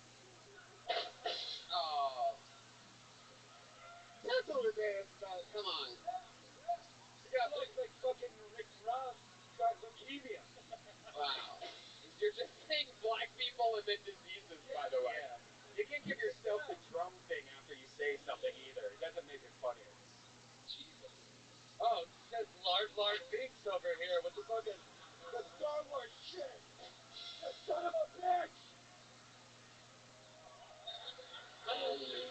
He's in full Schulberg. He's on his throne. The crowd is in chaos. Give a fuck. Kill me right We have a new band leader, and his name is Joel Jimenez. All right, Marcus. I mean, you know, they may make fun of the way you look, but they cannot make fun of your character. You know what I'm saying? I think you are priceless, my friend. Right. It was so nice to meet you. Thanks for coming on the show. You did it. There he goes. There goes Marcus. He's on Instagram at Marcus with 3 A's, triple A in the middle of Marcus, no R's. Maacus. What do you say, Marcus? One quick one? Really? You guys want to go back to the bucket one more time? That lady doesn't want to. But you weren't having fun in the beginning. By the way, have you seen Cassandra's Halloween costume? She's Jessica Rabbit right now. Oh, stunning. Driving me Wow. crazy. That is true. My goodness. Wow. Look at that. Brian has a little baby carrot underneath his table right now.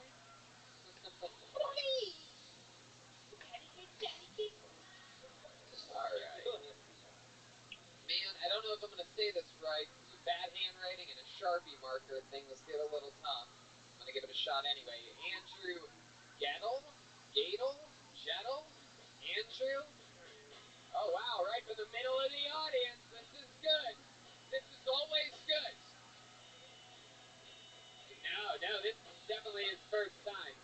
When they come out of the middle of the crowd, that usually means straight out of the audience. Fuck yeah. Make some noise for your final comedian of the night, Andrew Gettle. No Tony debut. Woo. Yep. I'm a amputee. Or cyborg, you know. That's cool.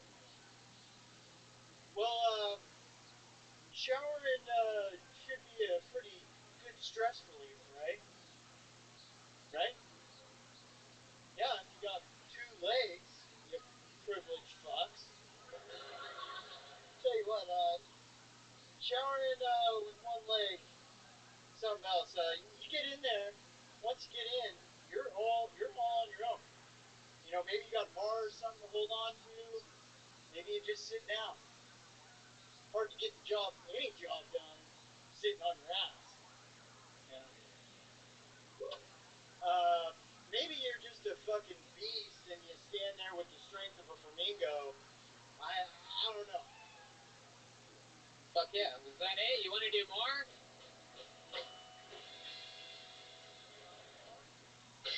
Fuck yeah. Do you have anything else, or you want to be done there? Good. Fuck yeah. Congratulations. There you go. Say your last name for me so that I get that right. Andrew Gettle. Andrew Gettle. Fuck yes.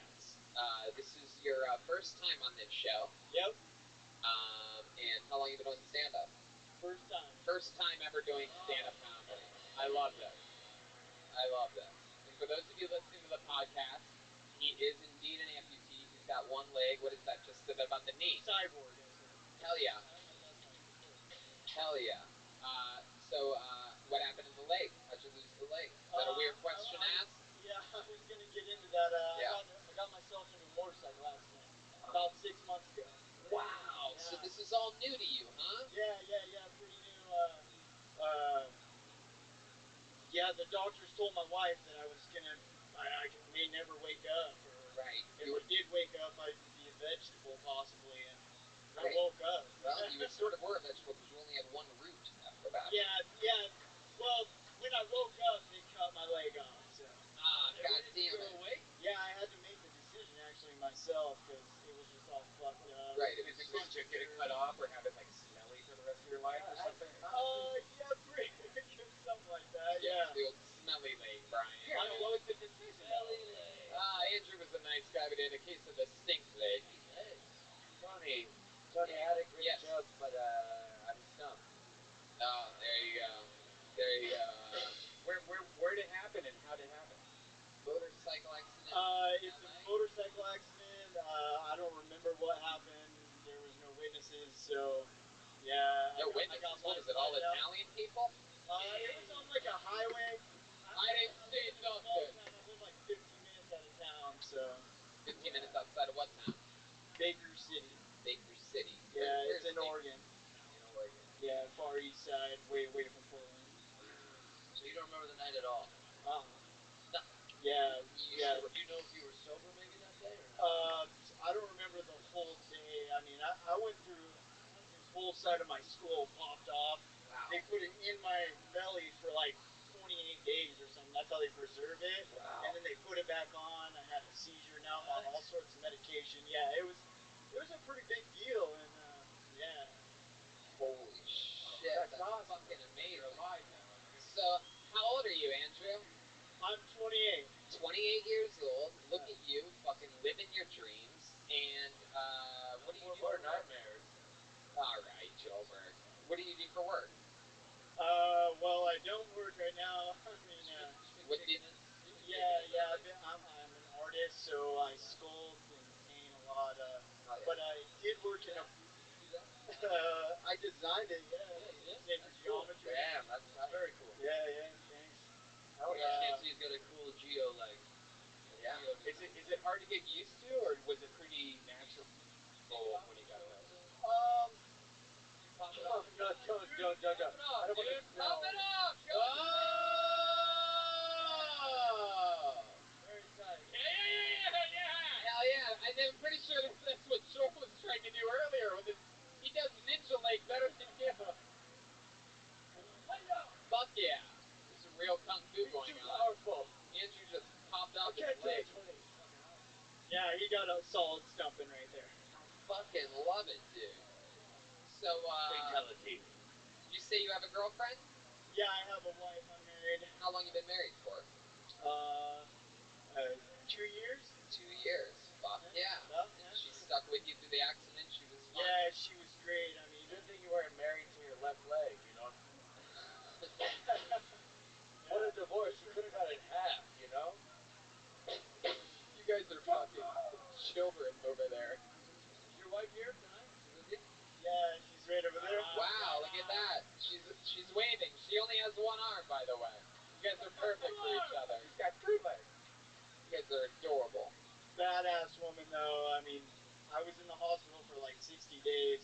She never left the hospital. She was there the whole time. She give you any? Amazing. She give you any of the? That's really sweet. She You had give you? 2 months to leave and you fucking stuck it out. Hell yeah. She give you any of the hospital hand jobs or anything? She ever move that fanny pack to the side and fucking? I know a lot of you are wondering why did he wear the fanny pack in the hospital bed, Tony? You don't know fanny pack people. Yeah. You were wearing it in the hospital bed, right? I was in a wheelchair for a while. I mean, that's why I got the fanny. Yeah, motherfucking right. So leads me back to my question. Did she ever move it to the side? Ever fucking spit on her hand and? I don't. She didn't. Unfortunately. Are you sure? Maybe you just don't remember. She seems like a great chick. She may have been. She made. This is song one. Does, That's why it's funny. That's how many legs you have. does she ever give you foot jobs just to spite you? Well, actually, I make her. Yeah. Yeah, my dude. Do you tend to pop that thing off before having sex, or does it sort of just come off and you guys both giggle or something like that? Like, is that like a part of it? There's no laughing guys ever- involved when this thing comes off. It's solid. Have you ever tried to tuck it in there? No.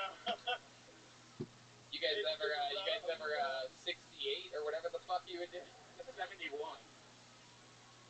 I think she would get pretty weirded out if my stump ever got near her Oh, area. You haven't tried it yet. Oil that shit up. Yeah, maybe I'll have to try it. Maybe she.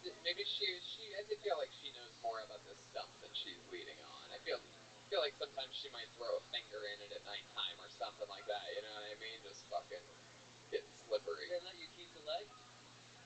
No, I actually asked. Yeah, they don't do it. They didn't put it in your belly with your skull or anything like that? Preserve that shit? Yeah, no, they didn't let. Good news, Andrew. We have your leg.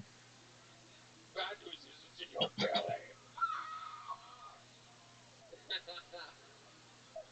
Oh, well, that's so fucking cool. Wait, you have a Max Miller shirt on, so that means your old leg and him are both dead, right?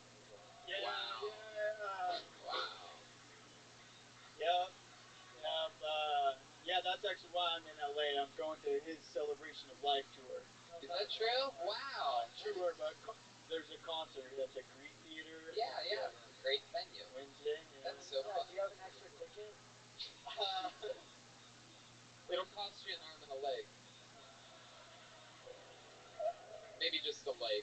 Honestly, yeah, that leg's doing the heavy lifting there. Yeah. How long have you been standing? This is my first time. Yeah. But you've never. I mean, how long have you been No, standing up? I've never done anything like this ever. I'm a fan of the show.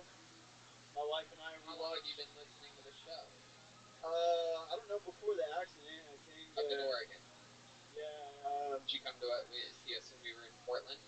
I didn't. No. It's about a 4-hour drive. Oh, it's a 4-hour drive to Portland? Yeah. Wow. We're a lot closer to Boise. You go to Boise, I think, often. Yeah. Well, I've been there twice, but yeah. Yeah. It's about as often as one can go to Boise. I am, of course, at McGoobies in Baltimore at the end of November. Yeah, it's the worst gig in the world because you have to say the word McGoobies. It's the world famous comedy club. Everybody loves it. Like, everybody says. Come hang out at Dingleberry's Comedy Yeah, Club. exactly. Yeah. Do you ever feel weird when you order a chopped salad? Well, for those of you listening to the podcast, he's talking to the guy with one leg because he feels like the chopped and him could relate to one another. Yeah, thanks for breaking down the joke. Yo, what's going on, crazy? How you living, pimp? How you living, baby? Yo, crazy, we didn't want to fucking talk to you anyway. They could have. If you didn't break it down. Do you have trouble ordering a Caesar salad? Yeah. Oh, fuck Yeah, yeah. whatever. All right, moving on. I thought mine was better, but okay. Do you have a no main salad? I mean, awful. What the fuck? When you order a chicken bucket, do you order with no legs? No, All right, that was always the best one. That was good. Oh my goodness. Oh wow. So Andrew, you have phantom pain sometimes? You got like phantom itches? not so much. I have like 4 nerves that kind of fire, and like when I have this bucket on, maybe feels somewhat like fireworks going off or something like that. But I'm on medication that. You were still riding a motorcycle, or are you down to just a unicycle? Yo, how you living, pimp? How'd you find out about me? Oh, I just found out about you on YouTube. Oh, tight. Okay, very well. Well, I stream my life 24 hours a day, 7 days a week, 365 days a year for world peace. I've been doing so for more than 3.5 years. I have more content online than any person in global history. How's that sound? Yeah, pretty interesting. Excellent. Have you ever seen the movie The Truman Show? No. Okay, well, it's from the 1990s. It stars Jim Carrey. Essentially, it's a story of a man whose entire life is on camera, and it's essentially what I do. Except the only difference is that I know that I'm on camera, and Jim Carrey's character did not. But I talk about some really cool things that may be of interest to you. I want to help end world hunger through the use of agricultural drones, floating greenhouses, saltwater greenhouses, vertical farming, cloud seeding, and hydroponics. I want to help end world thirst through the mass adoption of desalination technology. I talk about things that are really interesting to people, like anti-gravity, antimatter, faster than light travel, faster than light communication, things like dark energy, dark matter, things like life extension technology. When you were born crazy, the average life expectancy for you was probably about age 80. I want to increase that to age 100, 120 through the use of technology such. Yeah, around 20s. What did you say? Around the 20s. Like Around 20? 20, that 2000. Yeah. Um, but well, so one thing that you should know is data is Earth's number one resource. Data overtook petroleum in 2018 as the most valuable resource on Earth, and I have more data than any person ever.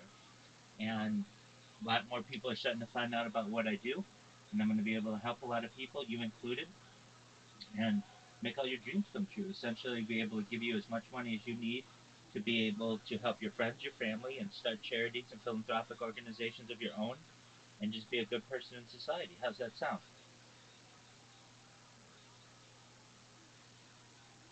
So I just had a question real quick. Go ahead. So yeah, I don't know why, but the first time I joined, I got kicked too. You might join back. You got kicked immediately on upon So joining? so yeah, even when you say hi crazy, Yeah. I just got kicked. Well, very interesting. I'm not sure why that is. Are you joining from a device, like a smartphone, or you? Yeah, on a phone though, on a phone. Okay. You get the little message that says, "Are you 18?"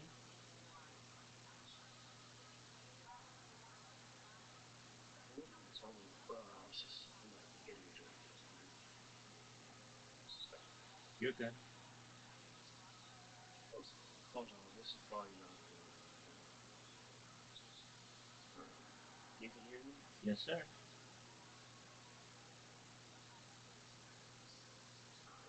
What you been up to, man? Um, You doing good? yeah, I'm doing really well. I'm making robots on Blue Sky, which is the alternative to Twitter, and people are finding out about me on there. I'm watching stand-up comedy right now. Do you know what Kill Tony is? Crazy. No. All right. Well, Kill Tony I is. don't really watch shows. All right. Well, it's not a TV show. It's on YouTube. It's the number one podcast, number one live podcast in the world. So it's stand-up comedy. So basically, people have like 60 seconds to make the panel of comedians laugh, and if they can, they get interviewed, and we find out things about them. And it's a fun, it's funny. That sounds interesting. Yeah. So that's what we're doing. We're just chilling, watching that, and enjoying life. What are you up to? I'm going to college, man. Just All right. Well, very cool. Are you 18 years old? no, I'm 16. All right, my friend. Well, you got to be 18 years old to be in here. So, with that, I got to say bye to you, my friend. You take care. Alright, you too. Peace. Shout out to Crazy, everybody. Alright, see you later, man. Peace, man. Take care. Yeah, not yet.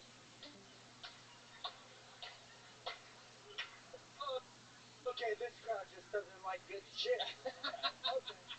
Because that was fucking amazing. It really was. That was a You really good idiot. You're gonna all right, Joel. Jesus Christ. Joel is overcompensating for there being no Jeremiah tonight. This killer he killed, and I don't give a fuck.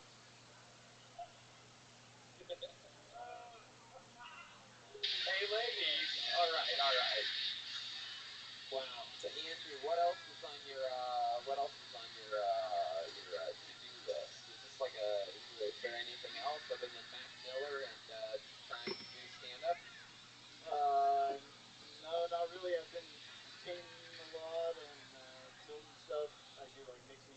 sculptures to hopefully. I don't know if you ever asked me that. What I did for work is I used to make bronze sculptures, so I was a TIG welder. Wow. And Wow, dude, that's yeah, cool. so that's what I like. You ever think about making yourself a bronze leg? Yeah, That's a great idea. It's pretty heavy, right? yeah, it'd be a little ridiculous. And this I don't know what bronze titanium. is because I've never been third place in anything in my life, so I've never actually felt it. Like, I love gold. Okay, well, let's do it, shall we? Anything else you want to say or talk about? No, this was awesome. Thank Fuck you. yeah. How about the stylings of Andrew Gettle, everybody? How about making some noise for his amazing wife who stuck by him through it all, huh? And that is Kill Tony Live. We did it. Make some noise one more time for the great Andrew Santino. Look at this drawing from Ryan J. Ebelt, everybody. That's fucking incredible. Look, that's you. How about one more time for the great and powerful Andrew Santino, audience? This new podcast, Whiskey Ginger Sal, with guest Bobby Lee La Jolla this weekend. Next week we have Whitney Cummings, everyone. Whitney Cummings for her first time ever. How about one more time for the first ever band leader opportunity for Schulberg? Wow, powerful. Schulberg's on social media sites at Mostly Sorry. We love you guys. Thank you for coming. Hell yeah, Chroma Chris, ladies and gentlemen, was here tonight. A man of few words. Chroma Chris, what did you think about tonight's episode? It was very confusing a few times, Tony, but I think you mastered it. All right. Oh. Swansea, Massachusetts, November 9th. San Antonio, the 13th. Austin, the 14th. Houston, the 15th. Fort Worth, Texas, 4 stand-up shows and 1 Kill Tony on the 16th and 17th. I'm in Baltimore at Magoobies in Timonium, Maryland, just outside of Baltimore, the end of November. New Year's Eve, Dallas, Texas. And, yeah, go to betdsi.com and use the promo code KILL120. And they're going to match your initial deposit. That's good, up to $1,000. One more time, that's betdsi.com, promo code KILL120. And they'll match your deposit right now. Why not go through a few bucks on some really fun things? Make the football season, make UFC, really anything. You can bet on anything. Go to betdsi.com right now and check it out. With over 20 years in the business, you can trust them in their amazing interface. Watch Andrew's special on Showtime. It's great. Please yes, do. go to the Showtime. It's on the Showtime app, right? Yep, absolutely. Thank you so much, live audience. We love you. Hopefully we'll see you next week and again and again and again. Fun times, everybody. Thank you. See you guys. Good night.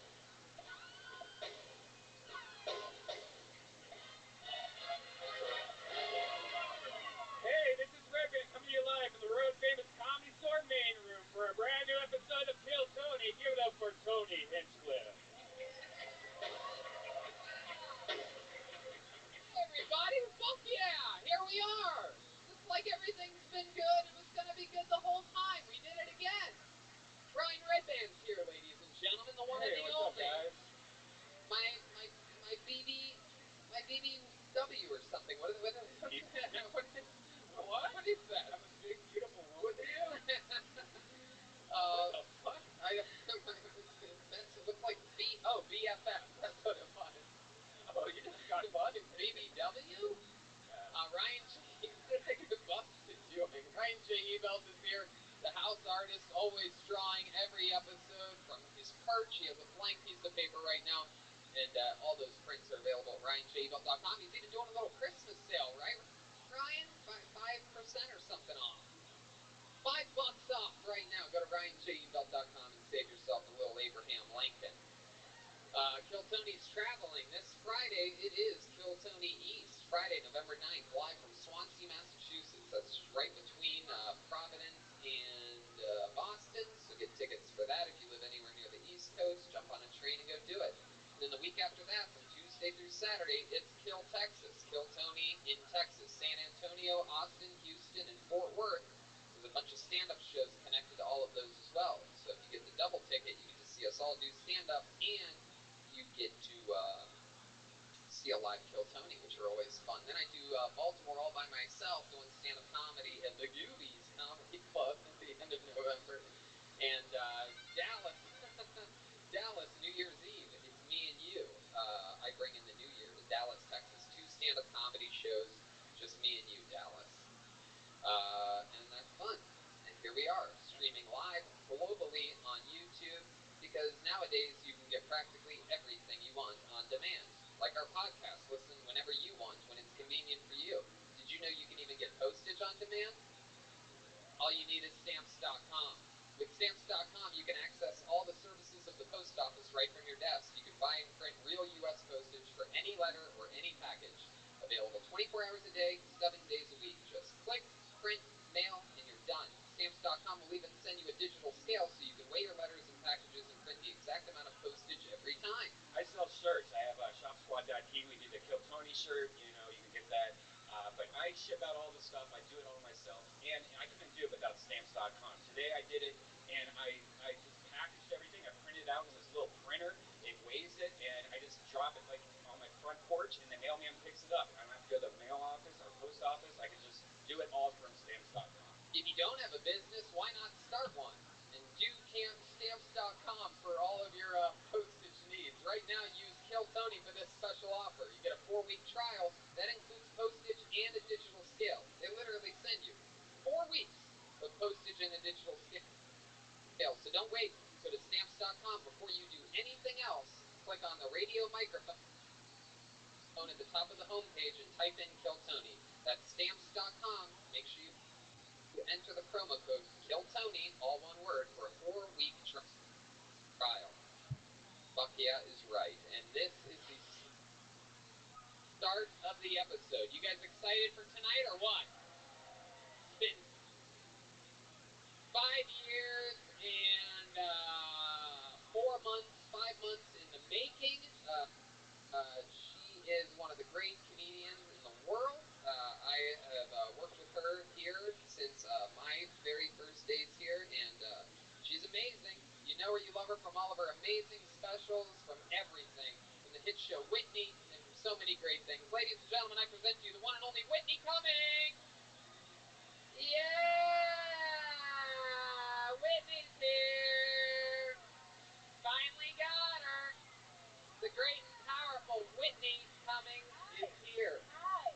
With celery, carrots, falafel, and pita. Has anyone tried the falafel? Comedy store falafel. Not Dangerous. bad. It's not that bad, actually. It's not. I actually have tried the falafel, and I was quite surprised at how good it is. I'm not mad at it. Is this, which one do you want me to use? You can use both of them. Yeah, is this triggering to anyone? I'm super pumped that you're here. I'm excited. This is my first time ever on this show. Yes, it is. I'm not gonna lie. I'm scared. I'm scared. You shouldn't be. We're gonna have a blast. All my favorite comedians say that this is their favorite podcast to do. I think you're gonna feel the same way afterwards. But normally when you do a podcast, there's no one in the audience, so if you're doing a bad job, you don't know. If you just find out later in the comment section. Yes, exactly. Every podcast I do that doesn't have an audience on, I fail miserably at. I don't know if you know this. I'm like one of the worst studio podcast guests. That's not true. No, it's absolutely true. What does that mean? Oh, I am troll fuel, my friend. They just the sound of my voice. I must suck all the dicks. Oh, I'm so gay. Did he say he has a wife? He must be gay, gay, gay, gay, gay. Everything. These fucking haters hate the fact that I'm one of the top young rising comedians in the world. It boggles their minds. And, you know, all the people that they could hate on, they really pinpoint me because, you know, I'm like a few years, you know, younger maybe than some of those Rogan people, you know, like some of my peers. I'm worried that you're fucking up the whole bell curve, because if someone goes to listen to you on Rogan, they hear you on this show and they hear people laughing, and then they go on Rogan's show and they're like, he's bombing. Right, exactly. No, there's no audience on that. Like, Maybe they just don't know. Massive crowd that usually bullshit. But I'm excited that you're here. I'm pumped. Let's just jump right into it. We have a crazy band on this show. Every single week they commit to different characters. I never know what they're going to be and what they're going to do. We are down. Jeremiah Watkins tonight will not be here yet again, and we miss him deeply. Who knows? Who knows in the world when he may return? But he's not here tonight. So with that said, I introduce to you the one and only, the best damn band in the land. It's the Kill Tony Band with your leader, Joel Jimenez, and Chroma Chris. I never know what they're going to be or what they're going to do. Maybe it's the Indians, ninjas, whoa! Legendary! Wow, Jolena is here! Jolena and the Mexican. Wow! Jolena is one of our favorite characters in Joel's history. You know her as a bad bitch. We'll say it already, eh? I heard another bad bitch was gonna be here. I thought I better pay my respect. Tony, that's what's up, eh? Also, Tony, we got another fucking special homie, Rafael Gutierrez, coming from Inglewood. Rafael, come out, eh? Oh, Raphael, good to hear. We know this guy. Raphael Gutierrez. This is very exciting. Tony, how's it going? Rafael Gutierrez. I'm actually a mall cop, and I killed someone at the ladies' Foot Locker a couple weeks ago. All right, well, here we go. I'm pretty sure this is going to be a lot of fun. We have some real gangsters here tonight. The great Jolena. We have what appears to be the most Irish-looking cholo I've ever seen in my life. He's from El Salvador, fool. Hey, Tony, this is the first time I left my house since the Dodgers lost the World Series, eh? Wow, and Chroma Chris, silent but deadly over there, and I have a bucket filled with comedians' names, itching at the opportunity to get 60 seconds of uninterrupted stage time on this show. You guys know how it works. We can meet anybody of any different shape or size. We had a guy on that closed last week's episode, Whitney, that had one leg, that almost lost his life 6 months ago, lost his leg in a motorcycle accident, and has always listened to the show, and he's like, fuck it, I'm going to try stand-up comedy, and I'm going to do it wearing shorts, show off my amputated leg, talk about that shit, and it's epic. That's the kind of crazy stuff that happens That's here. awesome. That's So, inspiring. exactly. So, What do you think the best way to be a guest on the show is? Should I laugh? Because when I'm uncomfortable, I laugh. that's great. But do you think it'll make them nervous? No, you just laugh. But don't laugh into the microphone while they're doing the 60 seconds. That's what I mean. Yeah. But if they are really being funny, we want them to hear No, it. you can laugh. You just you just have to put your microphone down. Because like I don't want them to get laughs off of your laugh. Oh yeah, that's a good point. I want them to bomb. Because I think comics. If only you're laughing, I want them to fail miserably. You know what I mean? Okay, because sometimes when someone's not doing well, I get nervous for them because I know what that's like. It's horrible, and I want to like overcompensate. You're gonna fucking love this show. I can just tell. You are gonna love this show so much. It's gonna be your favorite show that you've ever. If there's someone that I feel sorry for, and you guys aren't laughing, I'm So you guys know how it works. If I pull your name out, you get 60 seconds. You know your 60 seconds is up when you hear the sound of a kitten. That means wrap it up then, or else you're gonna bring out the angry West Hollywood bear. This looks like a fucking packed main room on a Monday night to me. You guys ready to start this shit? It's Kill Tony live from the Comedy Store. And here we go. The Apollo 13 over there tonight? Oh shit, there they are. That's the Apollo 13 sound effect. I'm still looking for it. Oh man, we can do better than that.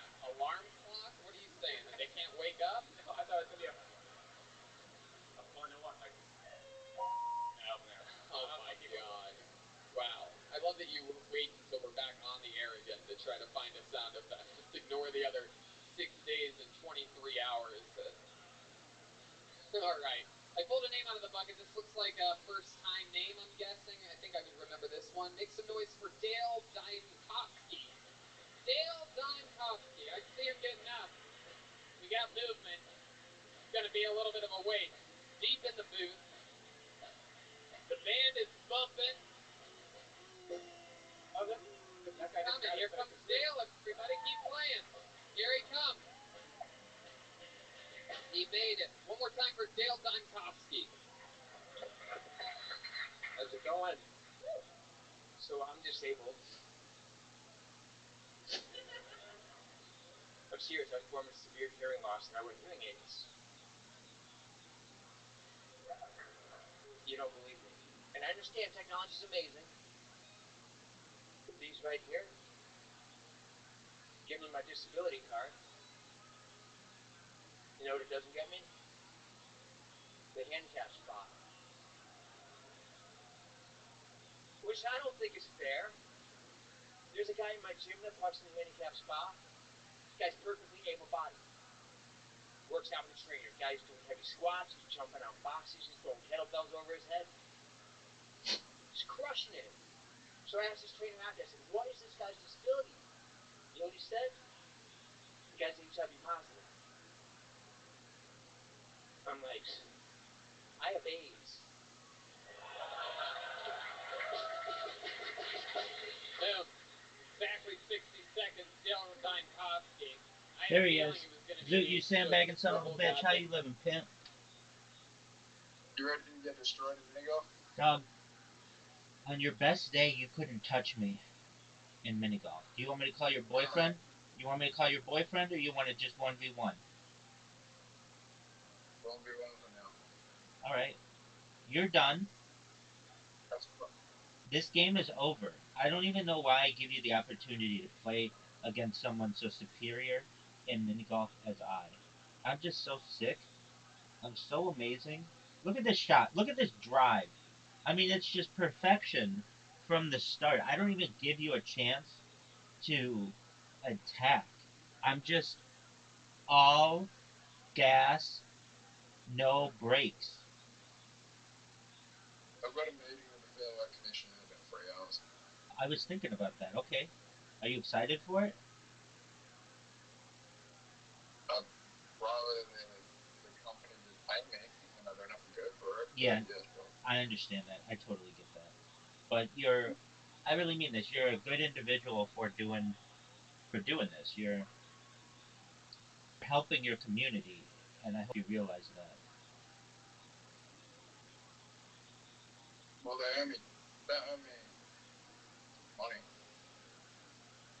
I know they owe you money, but you're also helping the community by keeping it safe from scam artists.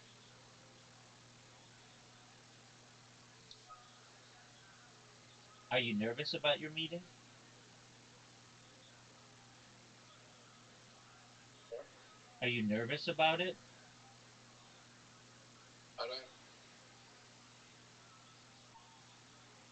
I don't think you have any. I don't know. Go ahead.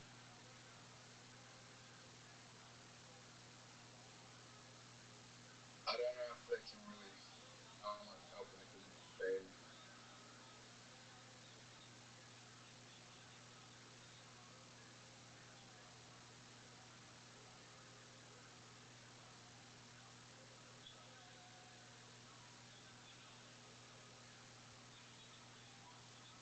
Oh, fuck. Rabbi, you can get it in this job. I could have, but I missed. Do you think I can get it in this job? No. And you just did. Oh, you should have. You should have. What an amazing shot, Zoot. And then I fuck you. You fuck me like I fuck you. Yes, I did. Oh, you got fucked. You are down 2 holes to none. Just like I said, I was going to come out. You know what Mike Tyson said? Mike Tyson saying, everybody's got a plan until they get punched in the mouth.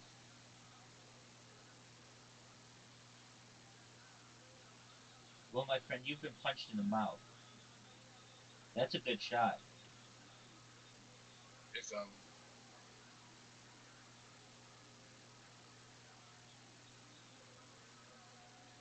You have a very good shot. Perfect. Oh, wow, is that good? That is really good. Perfect. Perfect. Get it. Nice. That was well deserved. I think it's Mike Tyson's the only person. Mike Tyson's the only person who can get convicted of sexual assault and still have a successful career afterwards. Let's think about that. Let's think if that's true. Donald Trump. Not convicted. Yeah, he was. But sexual assault, no. In civil court. Wasn't sexual assault. It was rape. It was solicitation.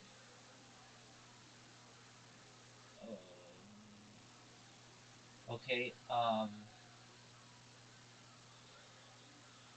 they have to be convicted. You know, to be honest with you, I don't think Mike Tyson committed rape.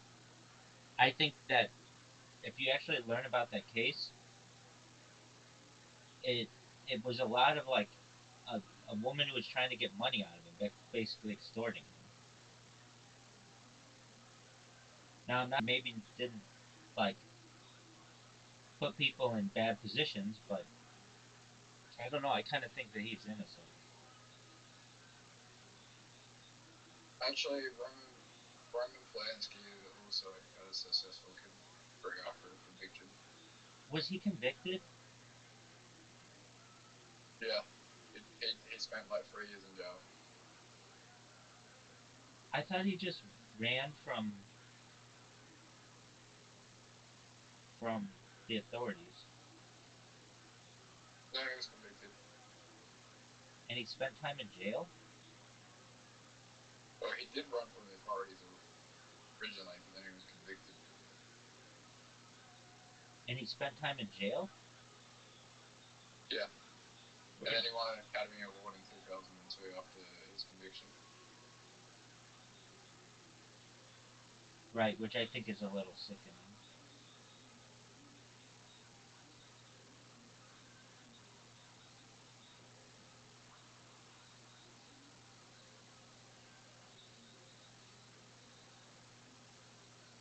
Dude, you just gave me the win. Alright, dog. We're gonna look this one up. What?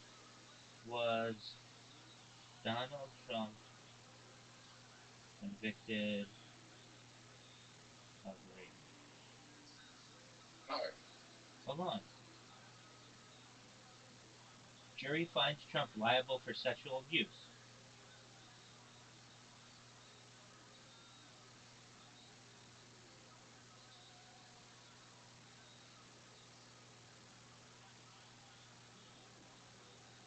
Liable wasn't a conviction.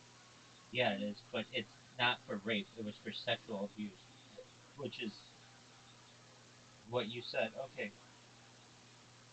And then what about Roman Polanski?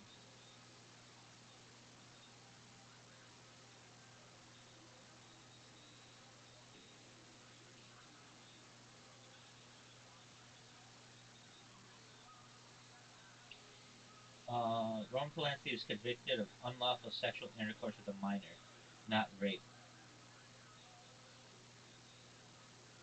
Same thing.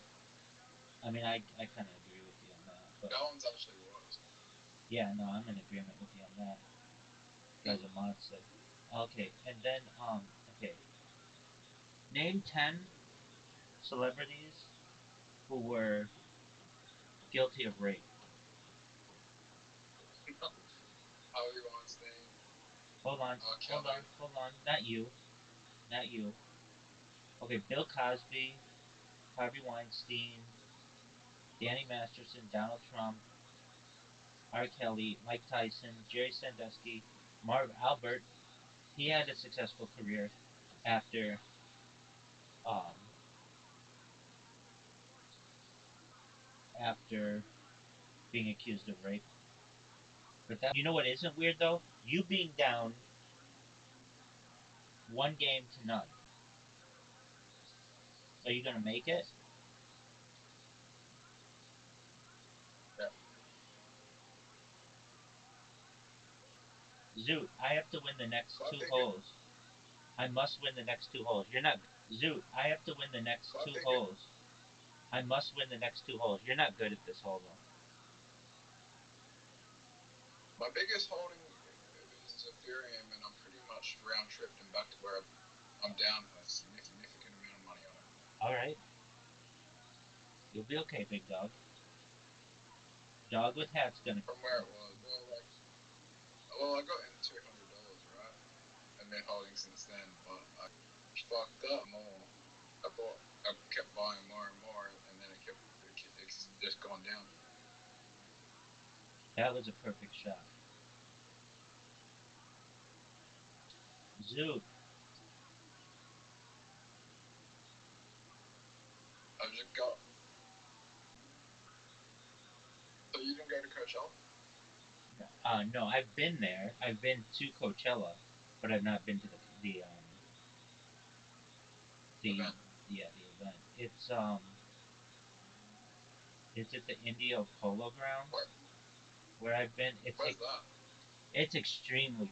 I mean, it's not extremely far away, but it's like in the middle of the desert. It's by Palm Springs. It's like basically like a 3 hour trip from LA, and it is extremely hot. It can get the temperatures there can get deadly. That's why they do it in the spring. If they did it in the summer, a lot of people could die.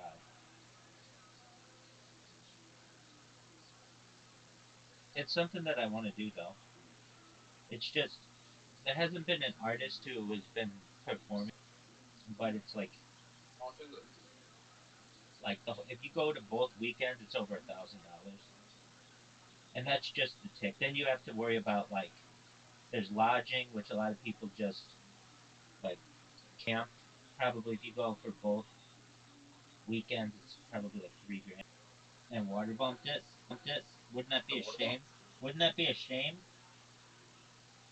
Wouldn't that be a shame? Wouldn't that be a shame?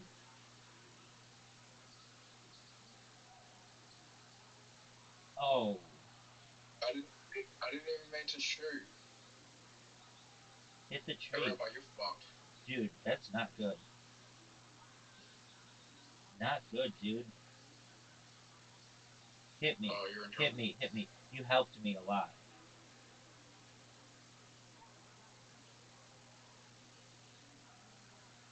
I don't know why you would do that. But I only got 6 shots to get it in. I know. You could really help me, because I'm at a good angle to go in the hole.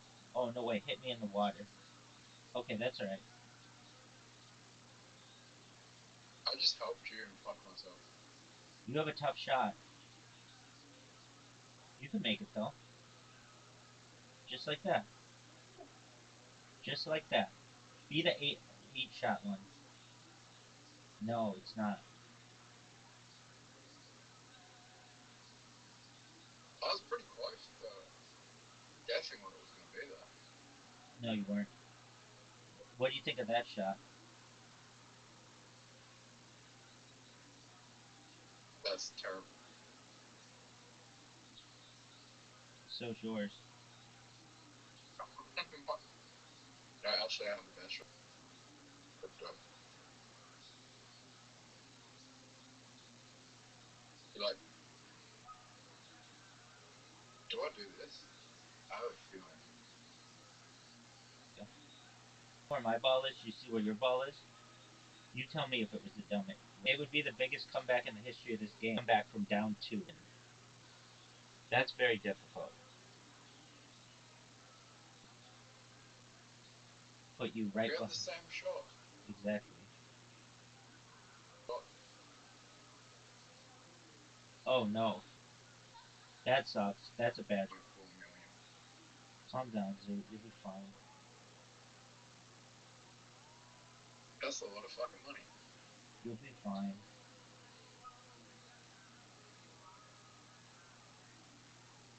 And you know you never tell me the real numbers. You know that they're always like on what could have been.